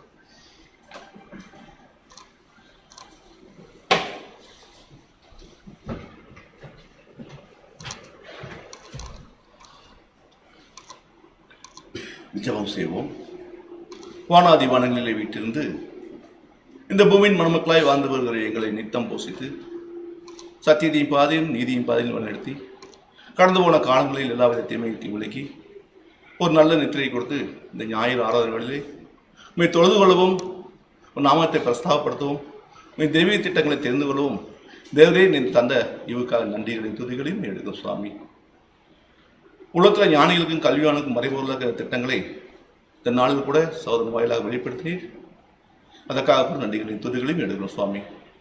உலக தோற்றத்துக்கு முன்பதாகவே கிறிஸ்துக்குள் எங்களை தெரிந்து கொண்டு மரித்த நிலையில் இருந்த எங்களை கிறிஸ்துவின் வசனங்களால் ஜனிப்பித்து இந்த புதிய பாதையை எங்களுக்கு கொடுத்து சத்திய வசனங்களை ஒவ்வொரு நாளும் வழித்து வருகிற சுவாமி. இப்பேற்பட்ட அழைப்பைப்பட்ட நாங்கள் இந்த பிரபஞ்சத்தின் ஒசரேசல் சரியாமல் தேவனுடைய நன்மையும் பிரியமும் பரிபூர்ணமான சித்தம் என்று பகுத்தறிய எங்களுக்கு ஒவ்வொரு நாளும் உன் அன்பு சகோதரர் வாயிலாக எத்தனையோ தடைகளுக்கும் மத்தியிலும் எத்தனையோ போராட்டங்களுக்கும் மத்தியிலும் தொடர்ந்து ஒவ்வொரு நாளும் முன்பை காட்டிலும் அதிகமான சத்தியங்களை தொடர்ந்து தந்து வருகிறது. அதற்காக நன்றிகளையும் துதிகளையும் எடுக்கும் சுவாமி. இன்னும் நோக்கத்திற்காக இப்பேற்பட்ட சாக்கியத்தை தந்தீரோ அதை ஒவ்வொரு நாளும் உணர்ந்தவர்களாக எங்களது எல்லாவித தீய பழக்கங்களையும் எல்லாவித தீய நோக்கங்களையும் விட்டுவிட்டு ஒழுத்துவதாக புதிய பிரமாணத்தையாக கிறிஸ்துவின் பாதக அங்கங்களாக மாறுவதற்கு எங்களை உருவாக்கி கொள்ள தேவன் தாமே பரிசுத்தாவின் அனுகிரகத்தை தரும்படியாக ஜெபிக்கிறோம் ஐயா. இந்த நாளில் கூட முகமுமாய் காணவும் உண்மை தொழுது கொள்ளவும் வாய்ப்பை தந்திருக்கி, அதுபோலவா இணையதளத்தின் வாயிலாக அன்பு சகோதரர்களுக்கு நல்ல ஒரு சத்தியத்தை பகிர்ந்தெடுத்திருக்கி அதற்காகவும் நன்றிகளை எடுக்கிறோம். தொடர்ந்து உன் கிருபையும் சமாதானம் எங்கள் சத்தியத்திலும் எங்களை அதிகமாக வழிநடத்தி ஆசீர்வதிக்க வேண்டுமாய் எங்களை வேண்டுகளையும் விண்ணப்பங்களையும் எங்கள் அன்பின் ஆண்டவரும் ரட்சகரும் மனுக்குலத்தை மீட்ட ராஜாவுமா இருக்கிற கர்த்தராகிய இயேசு கிறிஸ்து நாமத்தில் வேண்டுதல் செய்கிறோம். ஜீவனும் பரிசுத்தமுள்ள அன்பின் தந்தையே.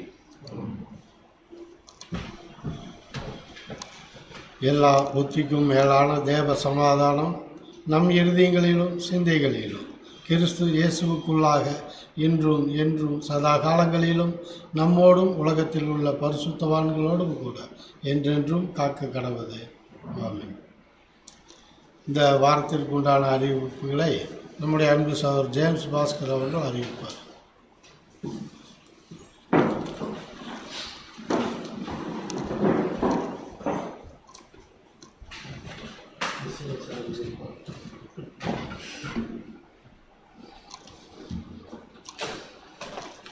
அன்புக்குரிய சகோதர சகோதரிகளே, இந்த வாரத்திற்குண்டான அறிவிப்புகள் ஏற்கனவே நம்ம 2-3 நாட்களுக்கு முன்னாடி அறிவிப்பு கொடுத்துருந்தோம். அதாவது நம்முடைய சபை ஹாலில் சகோதர சகோதரிகள் அனைவரும் கலந்து கொண்டு நம்முடைய ஞாயிறு ஆராதனை கோயம்புத்தூர் திருச்சியோட எக்லீசியாவில் செய்கிறத பற்றி நம்ம பேசியிருந்தோம்.